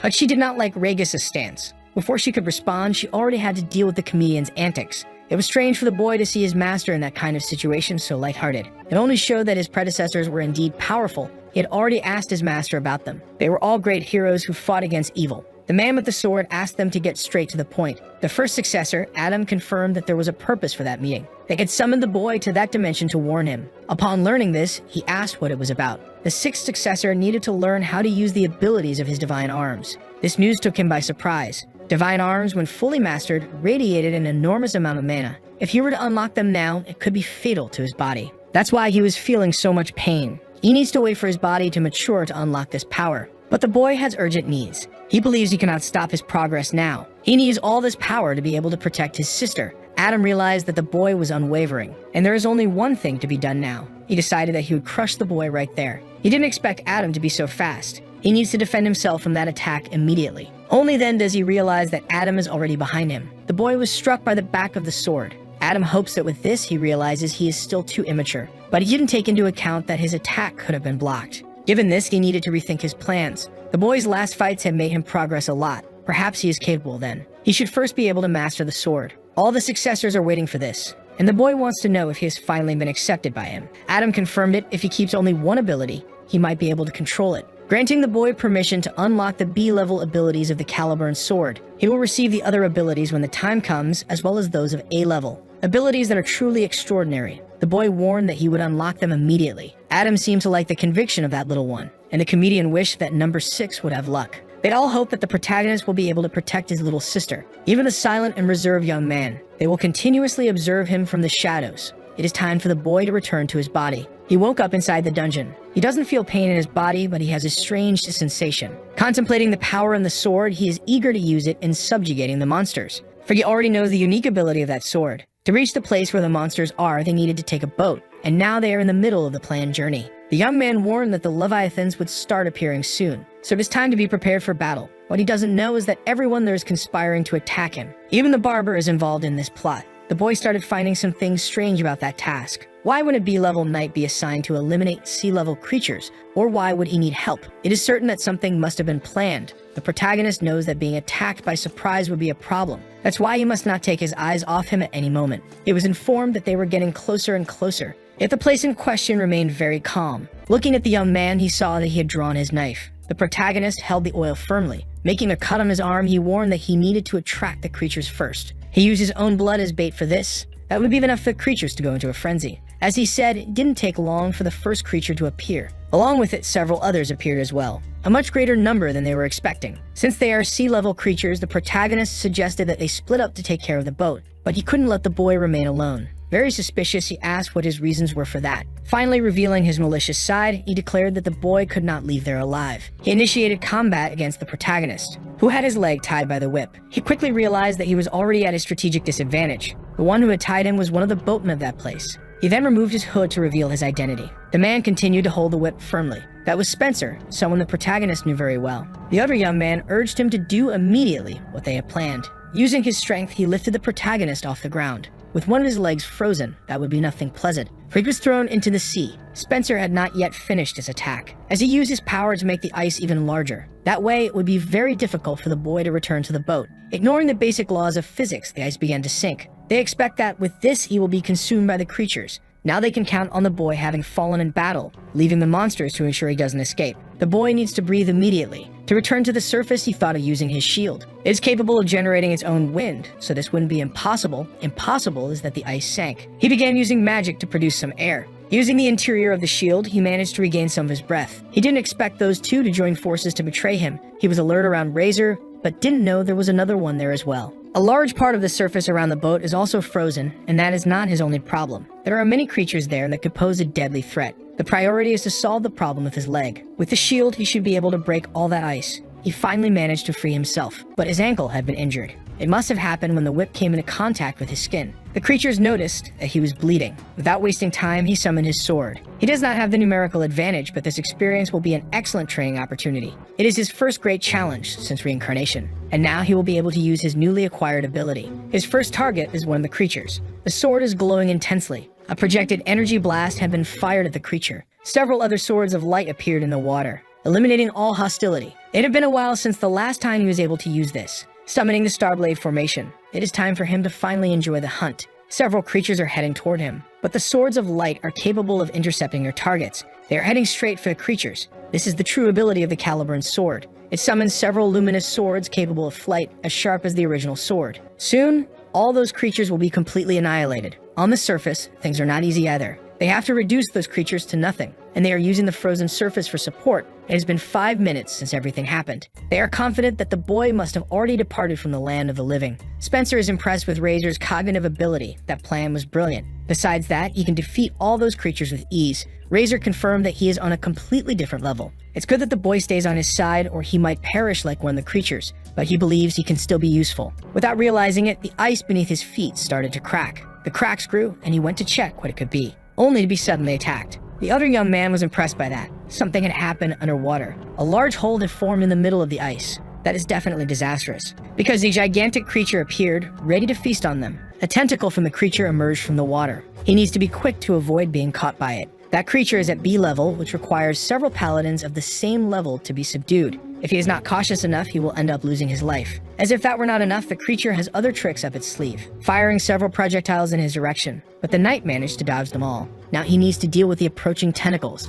The young man is sure that if he is caught by them, he will also lose his life. The faster he solves the problem, the greater his chance of survival. His divine armament allows him to channel mana through his weapons, releasing that energy through his strikes. Since it functions simply, his energy discharges are extremely powerful. He is confident that he can subdue the creature with a single blow. But the creature is smarter than he imagined. The knight finally managed to deliver his most powerful attack, striking that dangerous monster directly. But that was not the result he was expecting, because the creature had blocked the attack using another monster's body. That only makes the situation even more complicated for him, since his enemy is now completely enraged. His life is at very real risk. He had to return to the safety of the boat. With the ice completely destroyed, he has no foothold to get close to the creature. And now he needs to worry about the other monsters in the water, which are jumping onto the boat determined to annihilate all the humans. That ends up demanding all his attention, without realizing that a tentacle was approaching, striking his face brutally. The weapons he has were not designed to face multiple opponents. Besides that, he does not have the strategic advantage of the environment. He cannot simply leave the boat. He looks outside while the monsters gather. The more time passes, the riskier it is to stay in that place.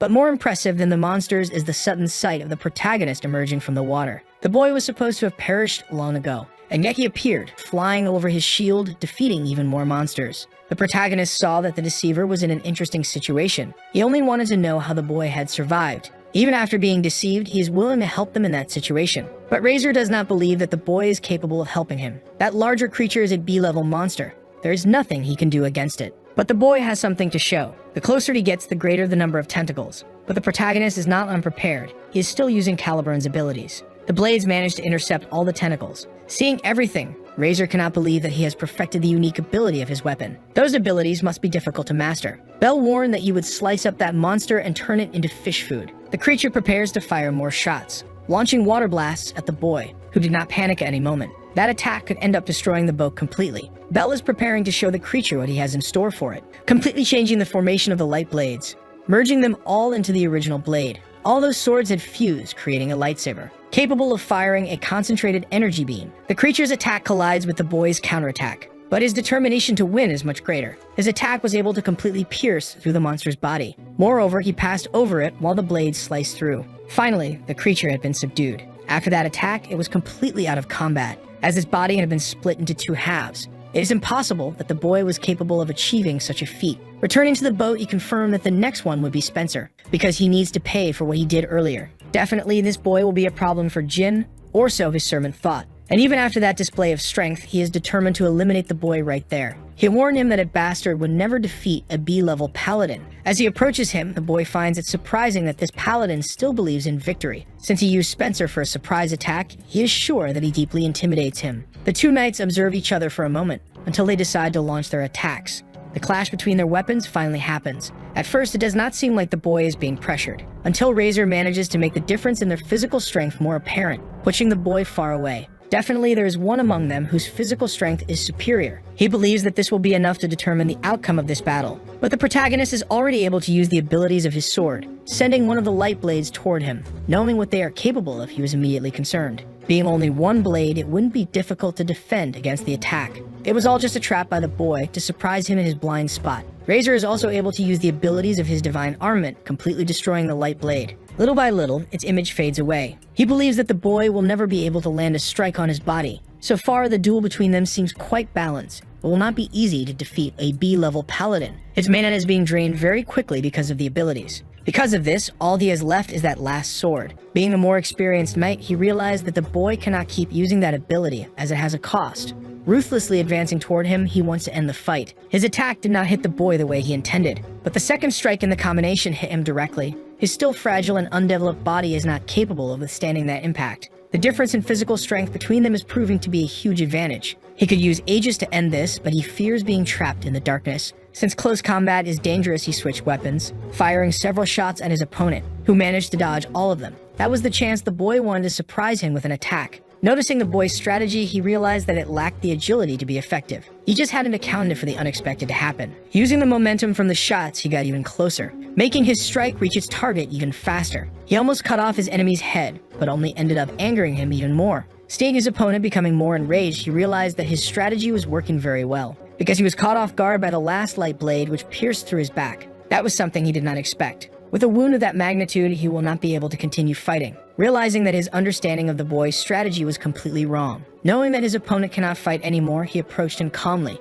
He warned him that it was finally over, and strongly recommended that he give up the idea of trying to attack him. The concept of giving up does not apply to him, because he believes the boy is a threat to the future of his master Jin. That is why the boy must be defeated here and now. Faced with this stance, he wants to know why he is so loyal to his brother. That was when he searched deep memories in his mind. In a battle, he had already been brutally weakened. There was no strength left in his body to keep walking. That was as far as he could go. A man was approaching him, stopping in front of his completely obliterated body. He imagined that the man on the ground must be the mercenary responsible for all those crimes. With what little strength he had left, he tried to look at this person. The young man was opening a small flask, pouring its contents over the badly injured man. He said that this was his lucky day because from that moment on, he would be his master. That is the reason why he is so loyal. He had been accepted by Jin, and he needs to repay all that kindness, no matter what happens to his life. Completely destroying the light blade summoned by the boy. What remained of it was thrown to the ground. Belt realized that his enemy had already decided his fate. He thought he was just a bandit but respected his word as a knight.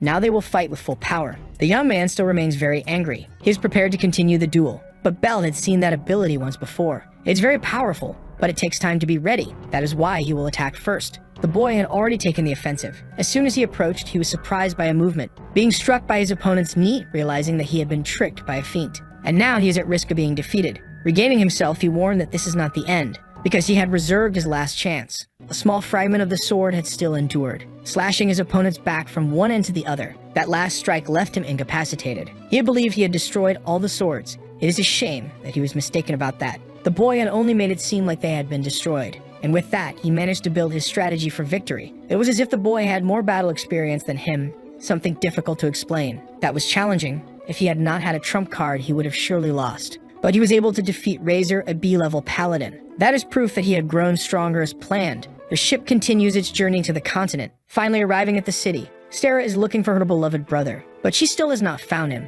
She keeps searching around the castle. The boy does not seem to be anywhere. Even so, she continues without stopping, until she contemplates the possibility that he has not yet returned. The problem is that the task he went to complete should have already been finished. She noticed the doors that were open. That was the library. It was possible that her brother was inside, and the girl went there with the intention of finding him, but she ended up encountering someone else. Jin stopped his steps in front of her, leaving the girl a little surprised. Even though they were siblings, his presence was threatening. She is terrified of that situation but needs to greet him. When she tried to do so, she could not find the words, while being watched by a menacing gaze, capable of paralyzing her with fear. Passing by her, Jin said she was worthless. Hesitant, she took a few steps back, until she bumped into something, which made her look behind her. It was her brother who had found her, and he asked Jin what he wanted with Sarah, but he still did not respond at all. The girl was finally able to rejoice in finding her brother. It was very good to know that he had returned safely. Even so, he had been injured once again. He said he had ended up encountering a strong monster this time, a B-level paladin named Razor. Even after hearing that, Jin showed no reaction at all. Bell warned that the young man had failed in his trap. Jin simply said that no one cared about that, because they were just small pebbles in his path. And the same goes for that foolish girl they call his sister. Now he would continue on his way as he had no time to waste with pebbles. There was still something the protagonist wanted to say. He warned his brother that he would be the one to succeed the Duke because Jin was incapable of protecting this family. He immediately turned around after hearing that, looking at the boy in a menacing way, revealing his intense and hostile presence. They were engulfed by his aura, which was truly something impressive. But that was not enough to make Bell hesitate in any way. Jin showed a faint smile. Finding that interesting, he began to laugh even louder. It might be interesting to look at the pebbles from time to time. Leaving the library, he warned that his brother could try to finish him off whenever he wished. Sarah was very worried about that conversation, but she was quickly reassured by the protagonist, who knew that was frightening. That pressure was surreal. her brother was truly extraordinary. In terms of strength, there was a huge difference between them. To be able to defeat him, Belle needs to reach A level before graduating from the academy. After that incident, a few days had passed. He had his bags packed, ready to depart. The Duke was already waiting for him. Noticing that the boy was also fully prepared, he thanked his father for the support he had received. The academy requires students to be accompanied by bodyguards. The Duke would send a B-level paladin with him. He said that he would be at the boy's service. Faced with this, Belle wanted to ask something of the Duke, who allowed the boy to speak his mind. But before he could ask, he was surprised, because his sister had appeared, also packed and ready to go. She apologized for being late, carrying her suitcase over to the boy. His request was that his sister be allowed to accompany him on this journey. The Duke also wanted to know the boy's motivation. He didn't want to leave her alone and wanted them to stay together. But he could not allow that. The academy only permitted bodyguards, and he was not going there to play. Sarah tried to ask her father to reconsider, but he warned the girl not to make that request again. So to solve the problem, he asked that she be his bodyguard, because when he is by her side, he is certain that he can accomplish anything, even defeating an A-level paladin. The Duke was thoughtful for a brief moment, and found the boy's statement amusing, saying that he could do as he pleased. The carriage departed, heading toward the academy. Sarah was quite impressed with all the different sights. The two had finally arrived at their destination. That building was truly magnificent. The girl was happy for her brother's achievement. That was a school exclusively for nobles. While he was in class, he asked his sister to study in their room. Now they needed to get settled immediately, but they came across several students fighting. It was a friendly match between students, a good opportunity to observe and learn. Sarah was impressed. They all seemed very strong, but the protagonist noticed that they still appeared to be at D level. One boy among them stood out significantly, being immediately noticed by the protagonist. But he was only at C level. He would not be able to surpass the protagonist. Only 2 students remained in the battle, and the boy believed that this was his day to claim victory. Charging at his opponent, determined to finally defeat him, but the young man was not intimidated. He allowed the attack to come dangerously close. Even Sarah was worried for him. His response was even more surprising because he had caught his enemy off guard. All it took was a single strike. It didn't even seem like he used a divine weapon. He was definitely at B level, maybe even stronger than the protagonist. Even the other students were impressed with the outcome. The representative of Rothwindsor was incredible. That surname left the protagonist deeply alarmed, because he knew they were a rival family. They're historical arch-enemies, and because of that, he was their enemy and his sisters as well. The admission ceremony at the academy was about to begin. They were congratulating the students who had been admitted to their first year. This was being done by the student council president, and he hoped that all these freshmen would at least be extremely strong individuals. Albert was currently a third-year student, and his family had already produced many renowned paladins. They had never met in his past life, but he knew that at 18, Albert had already reached S level. He immediately began to wonder if he had been involved in that incident. It was possible that he was one of those responsible. People were commenting that the boy was very intimidating and was already at B level. It seemed that more students in the student council were at the same level. The council was formed by those who had ranked in the top 4 positions at the martial arts event, and the title of president was granted to the event's champion. Albert was undoubtedly very powerful, but the protagonist was not sure if this person was his tormentor. To prevent such an attack in the future, he needed to show his enemies how strong he could be. The academy did not have elections for the council. Students were selected based on martial abilities, and the protagonist wished to participate as well, so that he could defeat Albert in combat. Inside the classroom, he waited for the professor to arrive. Someone was approaching to sit beside him. He asked if someone was already sitting in that chair. Bell said that no one was and that he could sit there. That boy's name was Lime Flexiel, and he hoped they could have enjoyable years at the academy. But there was something that caught his attention. That boy's surname was not unfamiliar. Seeing the protagonist's reaction, he became a little curious. He said it was nothing, but he was quite surprised. A few years into the future, he would eradicate some nobles as part of a personal revenge, earning the title of the Knight of Retribution. Even though today he was only a fraction of what he would become, Lime asked the protagonist's name. He was about to answer, remembering that his father had advised him not to reveal which house he belonged to. Many people might help him just because of his surname, which would prevent him from achieving his purpose at the academy. He needed to prove his worth through his own effort. The name the protagonist invented was Libel Slayer. He would continue hiding his identity until he defeated Albert. Hearing that surname, Lime assumed he also belonged to the commoner class. The insignia on their uniforms showed which class they belonged to. Commoners wore a circle, while nobles used a star. Bell confirmed that he was also a commoner, while Lime belonged to a barony of commoners. In that school, many came from noble families. Commoners were the minority. Knowing that they were of the same class, he hoped they could get along. It was interesting for the protagonist to befriend a promising knight. Lime could become a great ally. In his past life, he had never made friends, so this was actually a bit pleasant. A boy was approaching them as he already knew Lime. It seemed like he had come there just to bother him. This was Roger. He hadn't expected to be in the same class as his friend from his hometown. Everyone knew he was the son of a count and was already at D level. He wanted to know why that little boy was there too. He had taken the admission exam just like everyone else. Roger ended up congratulating him for that, but Lime seemed quite uncomfortable. Getting closer, he warned that Athena was not a place for him, as he was just a commoner, so it would be better if he left soon. The boy became quite uneasy, and Roger warned that slaves should obey their masters, and that he could crush someone of his status with just his words. Belle intervened, stating that that was enough. Lime started to feel anxious for the new friend he had made. Roger also wanted to know who this boy was, immediately noticing that he was also a commoner. Looking at him with all the disdain he had, Belle told the boy to leave, regardless of whether he was a commoner or not. Roger decided he would just let him go, making a sudden movement toward the boy. He delivered a kick to Lime. Belle ended up worrying about his new friend. Roger was enjoying the situation. Belle said that he was just a bastard who shouldn't even consider himself a paladin. Since he belonged to the nobility, he should care about the commoners. But he said that the poor only existed to be exploited by the nobles. Belle warned that his understanding was very limited. A county could fall just as quickly as a commoner. Roger seemed like he was about to use magic, asking if the boy wanted to fight him. Now he had his divine weapon in his hands. Seeing that conflict was inevitable, he asked Lime to step back. He was about to summon his divine armament as well. Roger was quite intrigued by that, while the protagonist warned that he would force some common sense into his head. Seeing that sheath, he began to despise him even more. He must be nothing more than a nobody for having such a useless divine weapon, one that couldn't even crush a fly. And the protagonist warned that if that were the case, then Roger must be less than a fly. He didn't like being looked down upon by commoners and decided that he would finish him off. The protagonist was eager to see if he was capable of doing that. The entire class became interested in the fight. Roger charged at him, unaware that he was nothing more than a side character. The protagonist was prepared for combat, watching his opponent's scythe very closely. But a mysterious hand had appeared, positioning itself between the two. The liar of that woman was able to prevent the conflict. The sound it produced disturbed them both. Then she said they shouldn't fight since they were in the same class,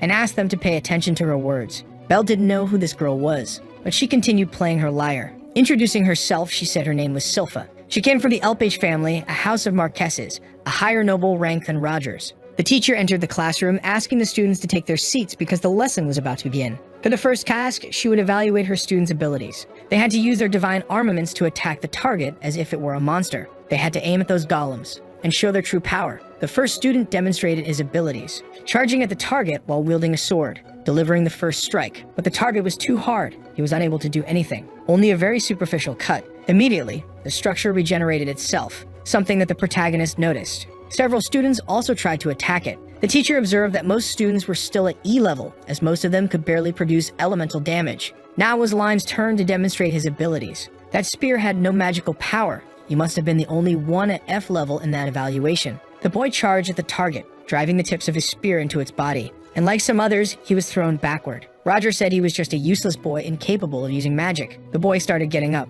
Roger was about to show the difference between himself and the trash. His divine armament glowed like fire. He attacked with great confidence, and the blade of his scythe embedded itself in the target, leaving behind significant destruction. Some of his classmates were impressed. The teacher was pleased with his performance as he was at D level. Roger assumed he must be the best student in that class. Now was the blonde girl's turn. It was finally her time to perform. She started playing her lyre and her attack was in motion. Her classmates were disturbed by the sound, and the sound waves were also destructive, causing even greater destruction to the target. Those two were on a completely different level compared to the rest. Roger was very polite to her and only respected her because she was a higher-ranking noble than him. He only did that to maintain a good impression with the nobility, but she said she would prefer if he didn't try that. She had already been thinking about it. At the academy, they were all equals. Noble titles were irrelevant in that space. Roger was upset about being ignored. The next one to take the exam was the protagonist, and the arrogant boy believed that the commoner would be a failure, since he wouldn't be able to do anything with just a sheath. Belle apologized, saying he wouldn't use his sheath as a weapon, wielding Caliburn to perform his attack. Roger was shocked that boy had more than one divine armament. The blonde girl was also surprised, as was his new friend. After his initial surprise, Roger noticed that the weapon had no magic, and after striking the target, he would be repelled backward. The protagonist only wished for him to pay attention. He was about to execute his attack. With a great barrage of strikes, he completely destroyed the target. All that remained were just pieces. His classmates were left speechless by that display of strength. Even the teacher was impressed. The golem had been cut apart without the aid of magic. What with the boy's skill, he didn't even need to resort to that. Roger could not accept that a commoner could be so talented. Lime went to his new friend to congratulate him on what he had done. He said it was simple. Even Lime would be able to do it. The boy was very impressed. He still couldn't master magic. Belle assured him that his judgment of the boy was correct. His divine armament had great potential. As long as he didn't give up, he could become the most powerful holy knight. Lime was very embarrassed by those encouraging words, until the blonde girl appeared between them. She wanted to know how that boy was so talented, but her closeness made the protagonist uncomfortable. Several other students were also interested. Some hadn't even been able to see his strikes. One of them said that his sword must be the most powerful divine artifact among the freshmen. Roger heard those words, and out of fear, the boy quickly corrected himself, saying that Roger's weapon was stronger. That only made him even more furious. The tasks for that day had ended. The next lesson would be a practical test. They would be hunting monsters in the forest behind the school, and everyone had to be prepared. The students still wanted to know more about that talented boy. Roger called his bodyguard, who appeared immediately. He had a worn-out expression and looked very unwell. Roger had brought a familiar for protection and would need it for tomorrow's task. The knight asked if he wanted to use it during the task. The boy said there was no problem with that, and his knight stated that the young master's actions were always courageous. Roger wanted to see the expressions of terror from both the commoners and the lower nobles, because he is going to send that proud commoner straight to hell. Outside the academy, they were preparing for class. The monsters there started at F level, and some E level monsters had also been released. Their task was to hunt these creatures. Whoever defeated the most of them would receive extra points. Roger couldn't hide that he was a malicious boy. Finally, the practice had begun. It was time for them to show what they were capable of. The girl wanted to compete with the protagonist to see who could get first place. Little did she know that first place already had an owner. He needed to show his strength to all of them. Lime wanted to accompany him, since he still didn't have the confidence to fight alone yet. He allowed him to come along, but made it clear that he wouldn't go easy. Running toward the forest, he told him to follow. It didn't take long before they encountered several creatures, but they were not a real challenge for the protagonist, who was cutting down those monsters as if they were pieces of paper. His classmates were also very engaged. He had already defeated 15 monsters. It was so easy that it didn't even count as a warm-up. Lime was quite impressed with his classmates' performance, but they had no time for conversation. One of the creatures had appeared behind the boy, but he was saved by the protagonist. He needed to stay very alert, as the number of creatures was greater than expected. Lime needed to fight against his own fears. His classmates were progressing normally, and the creatures were being defeated. He knew he needed to put in much more effort than that. Hidden in the forest, Roger continued watching his rivals. Filled with envy, he believed those commoners were arrogant. That was why he was going to make them pay. Soon, they would meet the end of their lives. Wielding a staff, he was about to summon something. The protagonist took note of the appearance of that magic circle, immediately becoming intrigued, because from within it, a creature was emerging, a monstrous being capable of controlling fire. That was a dangerous salamander. Its mouth was enormous and its teeth extremely lethal. All the students were worried about that appearance. While they ran away, the protagonist remained still. Lime couldn't believe that such a creature had appeared, and it was already prepared to attack anyone, leaving the boy completely terrified. For the second time, he had to be saved by the protagonist, who managed to block the flames using his shield. He ordered the boy to run away with the others. A B-level creature was not supposed to have appeared in the forest, but that was irrelevant. It was going to be a lot of fun. The protagonist was already using his abilities, sending his swords of light against the creature. They managed to cut through its tough scales.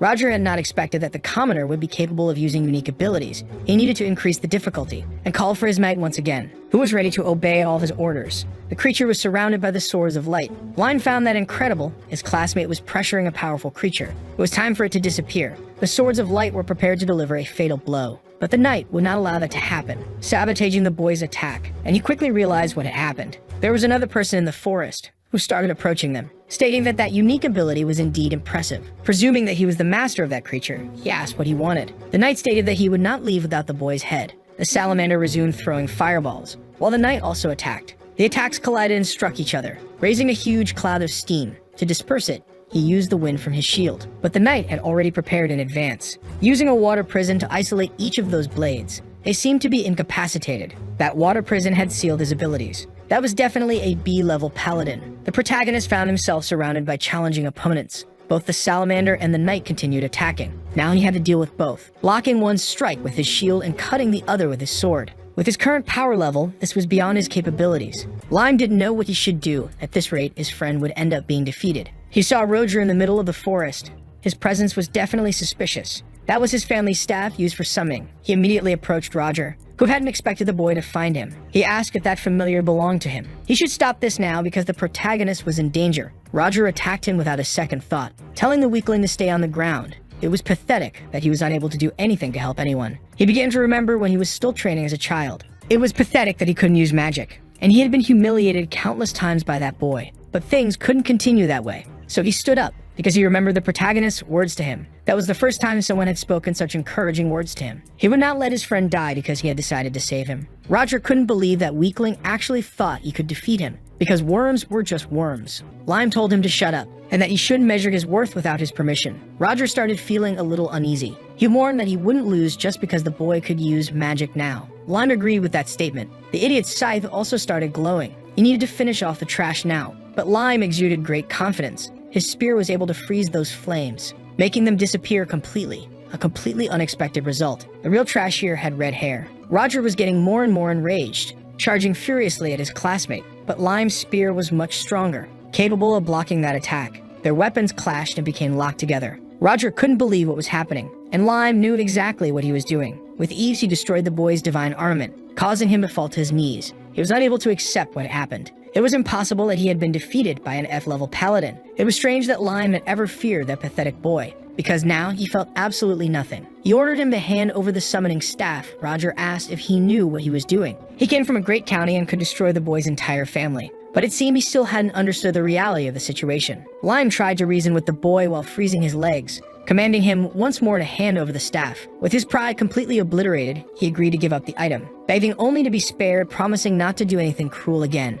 He had been completely defeated and humiliated. The staff had now changed hands. Lime warned Roger to stay away from him and his friend, or things could get complicated. He finally relaxed a little, while Roger was thinking of ways to act. The chain of his weapon was still within reach, and suddenly the other end of it began to glow. A sneak attack was in progress. Roger believed he would take down that boy, but Lime was completely aware of it, blocking that pathetic attack. It was truly pathetic that he had decided to act that way. The summoning staff lay on the ground, completely destroyed by the boy, leaving Roger speechless. He couldn't believe that the item had been destroyed. Little by little, the salamander began to disappear, a very unexpected result for that night. Immediately realizing that something had happened to his master, from afar he could see that he had been subdued, so he turned his attention to the other commoner. But he couldn't act so easily, because he didn't have time to be distracted. The true mastermind behind those actions had been discovered. It seemed like he had wanted to take down the protagonist. It was a shame it had to be this way. In a fair fight, that knight would never be able to defeat him. All he could do was curse the boy, firing several times at him, missing every shot.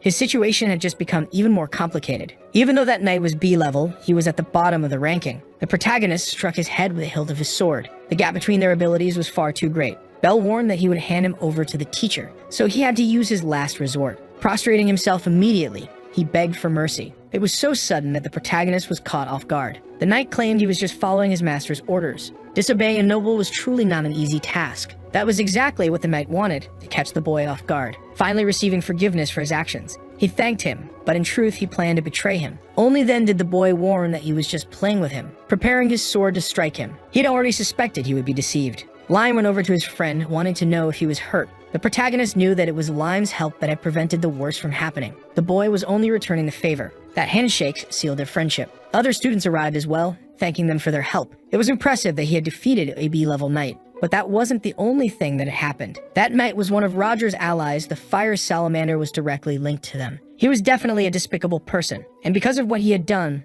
Lime was now being praised by his classmates. It seemed that in the end he really was very strong. Humbly, Lime thanked them for their compliments. As expected from the knight he would become one day. Someone had been watching everything from afar. The blonde girl seemed to have liked what she saw, understanding how that boy's divine armament worked. The task had finally been completed, and Roger would be punished for his actions. The girl was waiting for them at the end of the corridor. She had something to say to the protagonist. Looking at her, he remembered that her name was Sylpha. He asked what she wanted. She already knew that it was Avalon, the name of his divine armament. That immediately surprised him. She also knew that it was the sacred weapon of the heroes of the past. He had no idea how that girl knew about Avalon. From the protagonist's facial expression, she was completely right. She was the first person to recognize the nature of that divine armament. Her objective was very simple, and the protagonist seemed concerned. She clasped her hands together in front of him. Bowing, she very politely asked if she could see that weapon. The boy had not expected that. She had always admired that armament, the weapon of heroes, so she wanted to see it. Since it was a simple request, he showed her the sheath. She was quite impressed. She hadn't imagined it was something real. The protagonist wanted to know how she knew about this item. She said there was a legend in her mother's family about a hero who had a sheath containing multiple weapons. It was possible that one of his predecessors was from her family. Lime still didn't understand the whole story but knew that his friend's divine armament must be incredible. The girl was very grateful, as one of her dreams had come true. As a token of appreciation, she said the two of them could go out together one day. There was a great cafe in town. They should all go there sometime. Lime really liked that idea, and the protagonist thought it would be interesting to explore the city. He agreed but said he would bring someone with him. The young group was now inside the cafe. Sarah loved the taste of that strawberry pie. Belle was very happy that his sister was enjoying it too. The girl hadn't expected the protagonist to have such a beautiful sister. Sarah became a little shy at the compliment. Seeing her have fun was even more enjoyable for the protagonist. He was also having a great time. He had never had experiences like this in his past life. The blonde girl asked for everyone's attention. She was going to play a song for them all. It would be interesting to hear music played by a divine weapon. The girl started playing her lyre, but the sound was simply awful. Her musical proficiency was terrible. The girl knew she played very badly. She did it just to entertain her friends. Others also found it very amusing, asking her to continue playing. Pointing at Lime, she said he should sing as well. The two of them were entertaining everyone inside the cafe. It ended up turning into a really fun performance. Those two were his first real friends in his entire life. Outside, they were commenting on how much fun it had been. The girl wanted to take Sarah to buy some clothes. He wouldn't let his sister go alone, but his friend said this was a girl's thing. The protagonist was quite disappointed. He only asked to be informed if anything happened, and the girl realized that he was an excellent brother. Sarah wanted to know if she had any siblings. A little saddened, she said she had none. It seemed that someone was looking for Silpha. That person's name was Evelyn. He was one of the student council members. It was an unusual introduction for half-siblings. She should have been more polite, but she didn't see him as a brother. It had come to make her train. Because if her divine weapon were perfected, one day it would be useful to him. The girl had already told him she had no interest in participating in wars. Rolling up his sleeves, he said it was very inconvenient that she had that mindset. It seemed that he was going to have to drag her by force. A little blood started to seep from his palm, until the liquid began to gush intensely. Sarah was very frightened by that scene, and the boy was controlling it as he pleased. A divine weapon that used blood, she called for Mary, her bodyguard. But the boy had already taken control of the situation. Looking back, she realized her bodyguard had been defeated. That made the situation even more problematic. Her brother said they needed to leave now, and she told Sarah to run away because things could get dangerous. She needed to play her weapon to defend herself, but she wasn't able to handle that attack. The young man realized that if she asked for help, things would get complicated, so he needed to resolve it immediately. Sarah is about to be attacked, but she ended up being saved by her brother's friend. Silpha fell to the ground, very weakened. It was foolish of her to do that, but now she won't be able to resist him. He used his ability to capture her, lifting her body off the ground. Sarah is still quite terrified, and the blonde girl had lost consciousness. The cause of this was her own brother. Desperate, Sarah asked for the protagonist's help. He quickly approached the place, cutting off that boy's tentacles. Who didn't expect this kind of intervention? The blonde girl had been rescued. Witnessing that made Sarah very relieved. The protagonist wants to know what this guy wants with his friend. The pleasant moment they were having had been destroyed. That mysterious guy asked if the protagonist is one of his sister's friends. Not that it was important, but it's better if he doesn't meddle in family matters. The protagonist asked Line to take care of the girls because he has a face to smash now, and he was going to deal with him immediately. But the guy is surprised by that stance. He warned that there's no merit in defending that girl.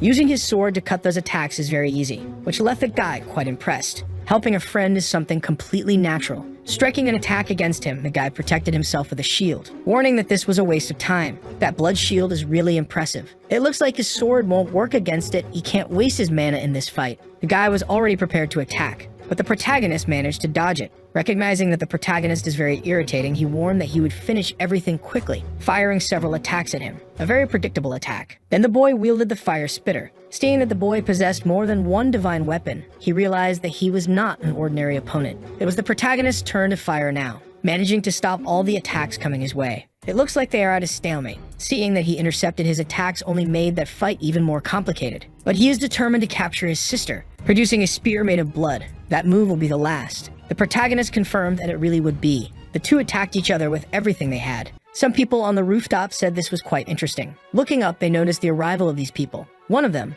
upon landing on the ground, shattered the sidewalk stones. He had landed between the two, demonstrating his strength. He would like to join that fight as well. The protagonist knows he belongs to the student council, while the blue-haired guy wants to know what Zeal is doing there. He warned that he was being too hard on the kids. The girl said that this behavior is quite embarrassing, because he is a great weakling. Seeing his two colleagues, he decided to stop his attacks. But Zeal would have liked the fight to last a little longer. Making his whole body glow, he said it was best they went all out. His entire body was covered in armor. Besides being large, he has a powerful presence. The girl asked the muscular one to do his job, while she summoned several chains. That was necessary to prevent him from taking drastic actions. They weren't there to continue a fight. Seeing that magical power, the protagonist realized that she is also very strong. Zio managed to break the chains without much effort. He said that Evelyn has responsibilities along with the student council, in the company of Albert. Because of this, he will spend a month on an expedition inside the forest. The task begins immediately. He realized he had no other choice. Leaving there, he warned that he would take his sister in a month. The girl waved goodbye to the weakling newbie. It's a relief that they all left. The student council students are all monsters. Looking back, he checked to see if his friends were okay. She said she wasn't hurt and apologized for getting him involved in that. But the protagonist said it wasn't necessary. He just wants to know why she and her brother are fighting. The reason for this is that he wants to use her, as he is the next heir. When he graduates, he will try to expand his own territory by attacking unexplored regions. Lime knows those lands are filled with powerful creatures. Her brother believes that her divine weapon will be a powerful artifact in the war, but she doesn't want to fight. Her intention is to become stronger and become the heir. It's the same situation the protagonist is in. The problem is that she couldn't do anything. She's far from being able to defeat him. Sarah said that's not true because that girl was able to protect her. It looks like that gave her a spark of hope. Sarah is very grateful for what happened. Even the protagonist wants to express his gratitude, and he went to the girl to do so. Being able to save someone is what makes him strong. In the past, he couldn't. He said she should have confidence because if she lacks strength, she can train. Lime said she would help her too. At first, she doesn't even know what to say, but she is very grateful for her new friends. The protagonist knows that the last attack could have been fatal.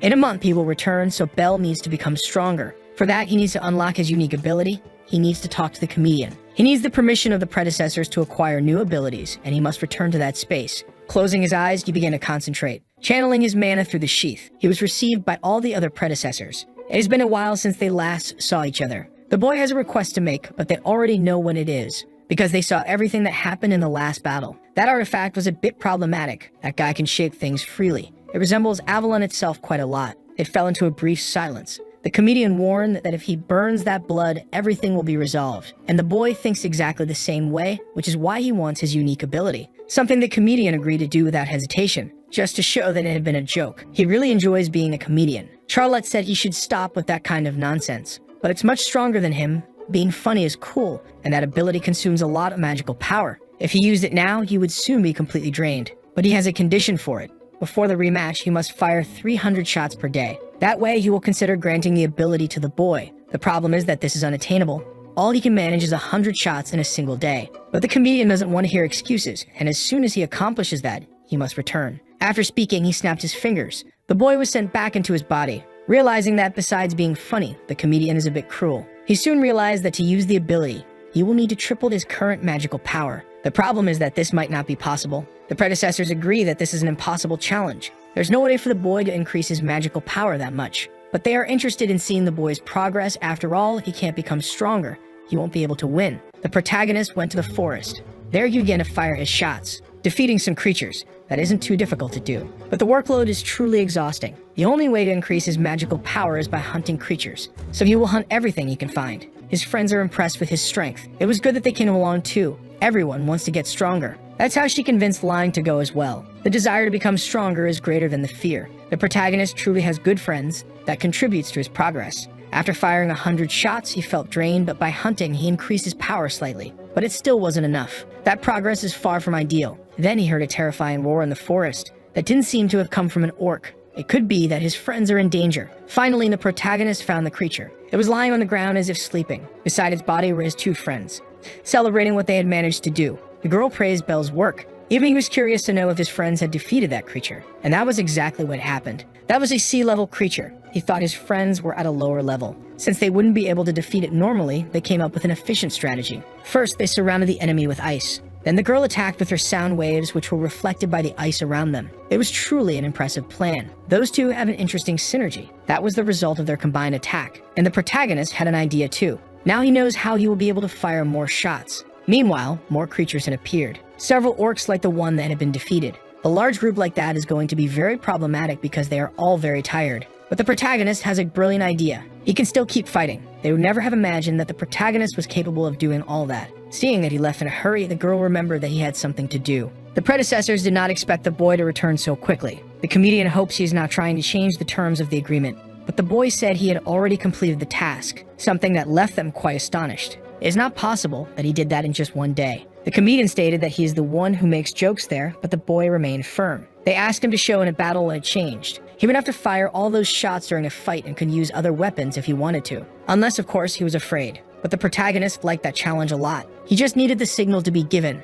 and the battle would begin. They are properly prepared, and the comedian is eager to see that progress. The elder gave the starting signal. Bell already had his pistol in hand, but the comedian had already fired the first shot, which hit the boy. He said the boy was too slow and needed to improve on that. As expected from the original user of that weapon, he is much faster. It seems that the comedian is in his 100 jokes mode, and the protagonist does not want to lose that duel. The two fired several times, leaving the comedian quite impressed. Charlotte said the boy was very good, and now she understood why the elder decided to train him. Indeed, he is very proud of his pupil. The shy one said that the real battle had yet to begin, and Charlotte did not like his tone of voice. But he reminded them that they needed to see if the boy was still capable of firing shots. Even Adam agreed 100 shots would not be enough, and the boy continued to push himself hard. But that was still not challenging for the comedian. They continued firing several shots. A little more tired, he was losing his rhythm. Adam had counted them all, and the boy had fired 97 shots. Seeing that the battle was becoming uninteresting, the comedian was about to end it.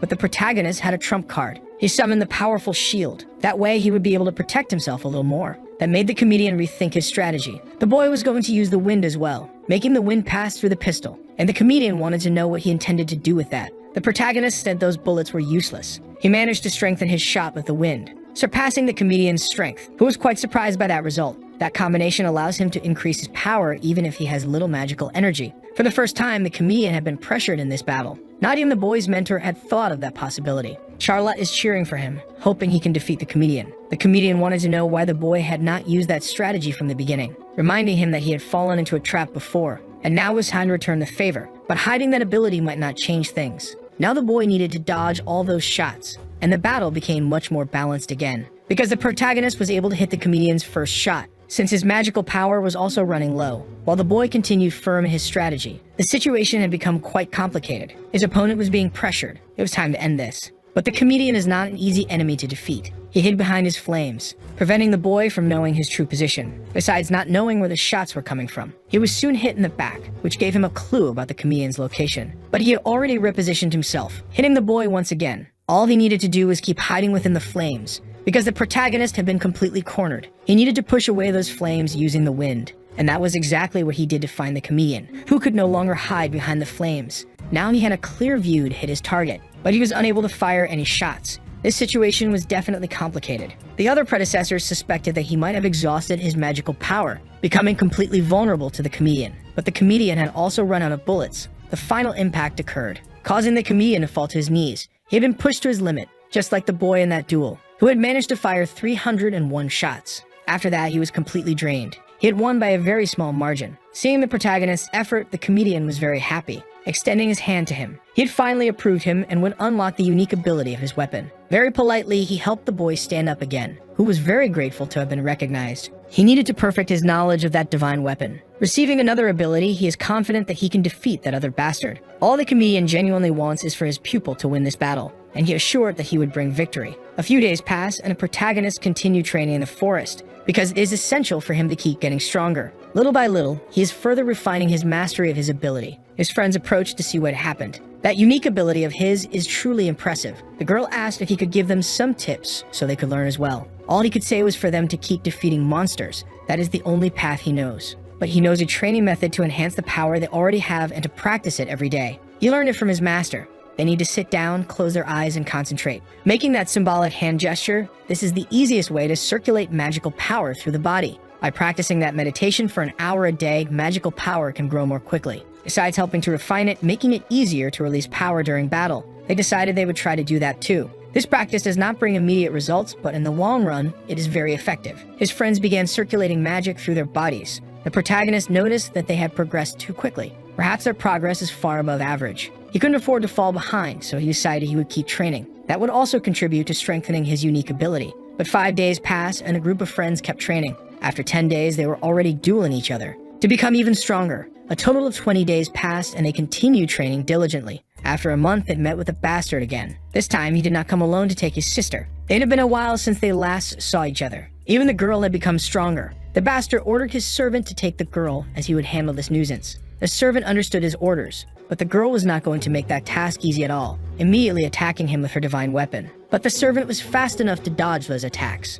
Lime would not let her friend fight alone, charging at that servant fiercely. He would not allow her to be taken from Alice in a fight. On the other side, it was time for the protagonist to settle his matters. He had just one question before that, which he wanted to ask. What was that guy going to do with his own sister? Her divine weapon is special, passed down through generations, capable of controlling people through sound. That way, she could turn people into battle instruments, making war much easier. That is truly a despicable goal. He just wants to make his life easier. His sister is nothing more than a mere tool to him. The protagonist does not need any further explanation, because that guy is not worthy of being called a brother. He warned that anger would not make that weapon work against him. But that is exactly what they were about to see. He found the protagonist's stance strange, because the pistol was pointed at its own user, who began using his unique ability. The flames were directed at his own heart. They now enveloped his entire body. That is the soul incineration, an impressive technique. Even though he was not impressed, the bastard acknowledged that this was going to be troublesome. The protagonist had become much stronger, and wings emerged from his back. With that, all of his physical attributes were enhanced.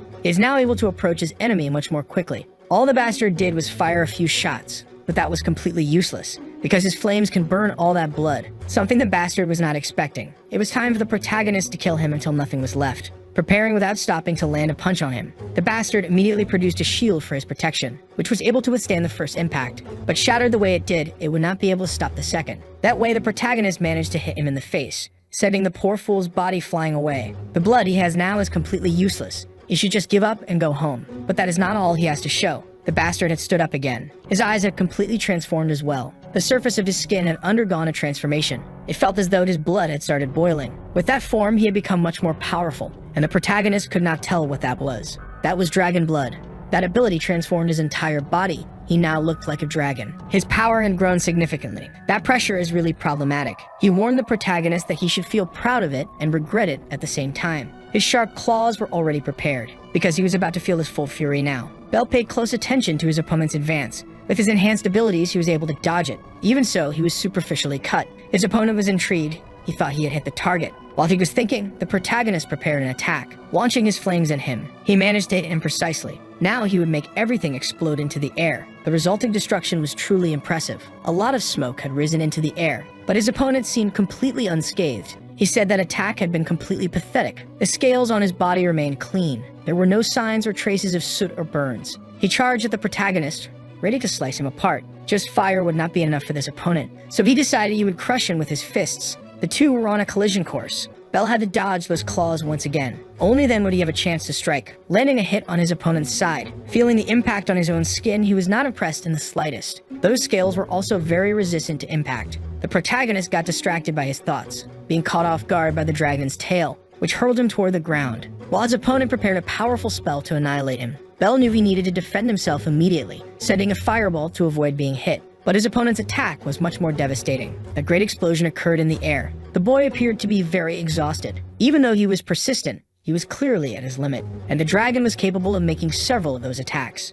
That would make things much more complicated for him, because the protagonist needed to use even more of his magical power, and on the ground, his friends were engaged in another battle. Their enemy was probably at level B. They decided they would execute a combined attack. The silent enemy just waited for their movement. Lime was the first to advance, forcing his opponent to defend himself. The boy had driven his spear into the ground. That made his opponent slightly cautious, finally realizing that he had been surrounded by ice walls. This was the girl's time to act. She was already approaching, sending powerful sound waves at her opponent. That combination had been enough to defeat a monster stronger than them, so they believed the battle would be over. But the knight said all of that was completely useless. He struck his staff against the ground. A dark and mysterious circle appeared, completely absorbing the sound waves of the attack, until absolutely nothing remained. An unexpected result for the kids, still with his staff resting on the ground. He prepared an attack capable of annihilating them. The dark portal grew larger and larger, releasing the absorbed sound waves. Thanks to his absorption, those attacks were now completely useless. The girl was still processing what had happened.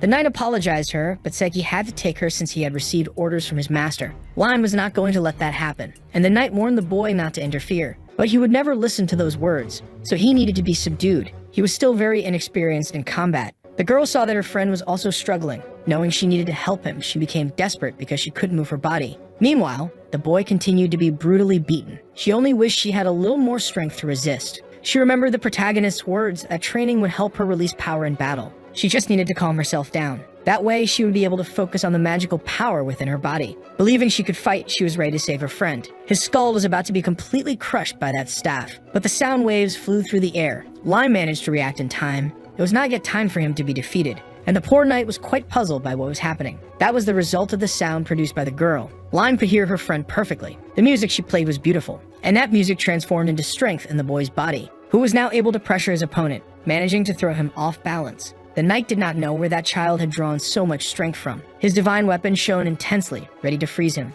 Ice plates emerged from the ground, advancing toward the knight, who was certain he was in trouble. He would not be able to absorb all of that, being completely engulfed by the ice. In the air, the protagonist was already nearing his limit. The battle was about to end. But he saw that his friends had succeeded. Now all that remains is to defeat the bastard standing before his eyes. What he will do now is a gamble because he will use his hidden trump card. The dragon was intrigued to realize that the boy was still hiding his strength, but that wouldn't make a difference because he was about to experience true despair. The battle between the two intensified even more, because the dragon was also increasing his power, about to unleash a devastating attack. The protagonist knew that his opponent was about to launch his most powerful strike, but he also had something to do. For it to work, he just needed to survive. The dragon had finally completed the charging phase of his ability, unleashing all of his power against the protagonist. That energy sphere was truly enormous, an unexpected size that could make things even more difficult. The boy needed to act fast to avoid being defeated. The only thing he had was that attack, launching his flames to prevent being hit. But the dragon continued generating even more power, a force that the protagonist could not withstand.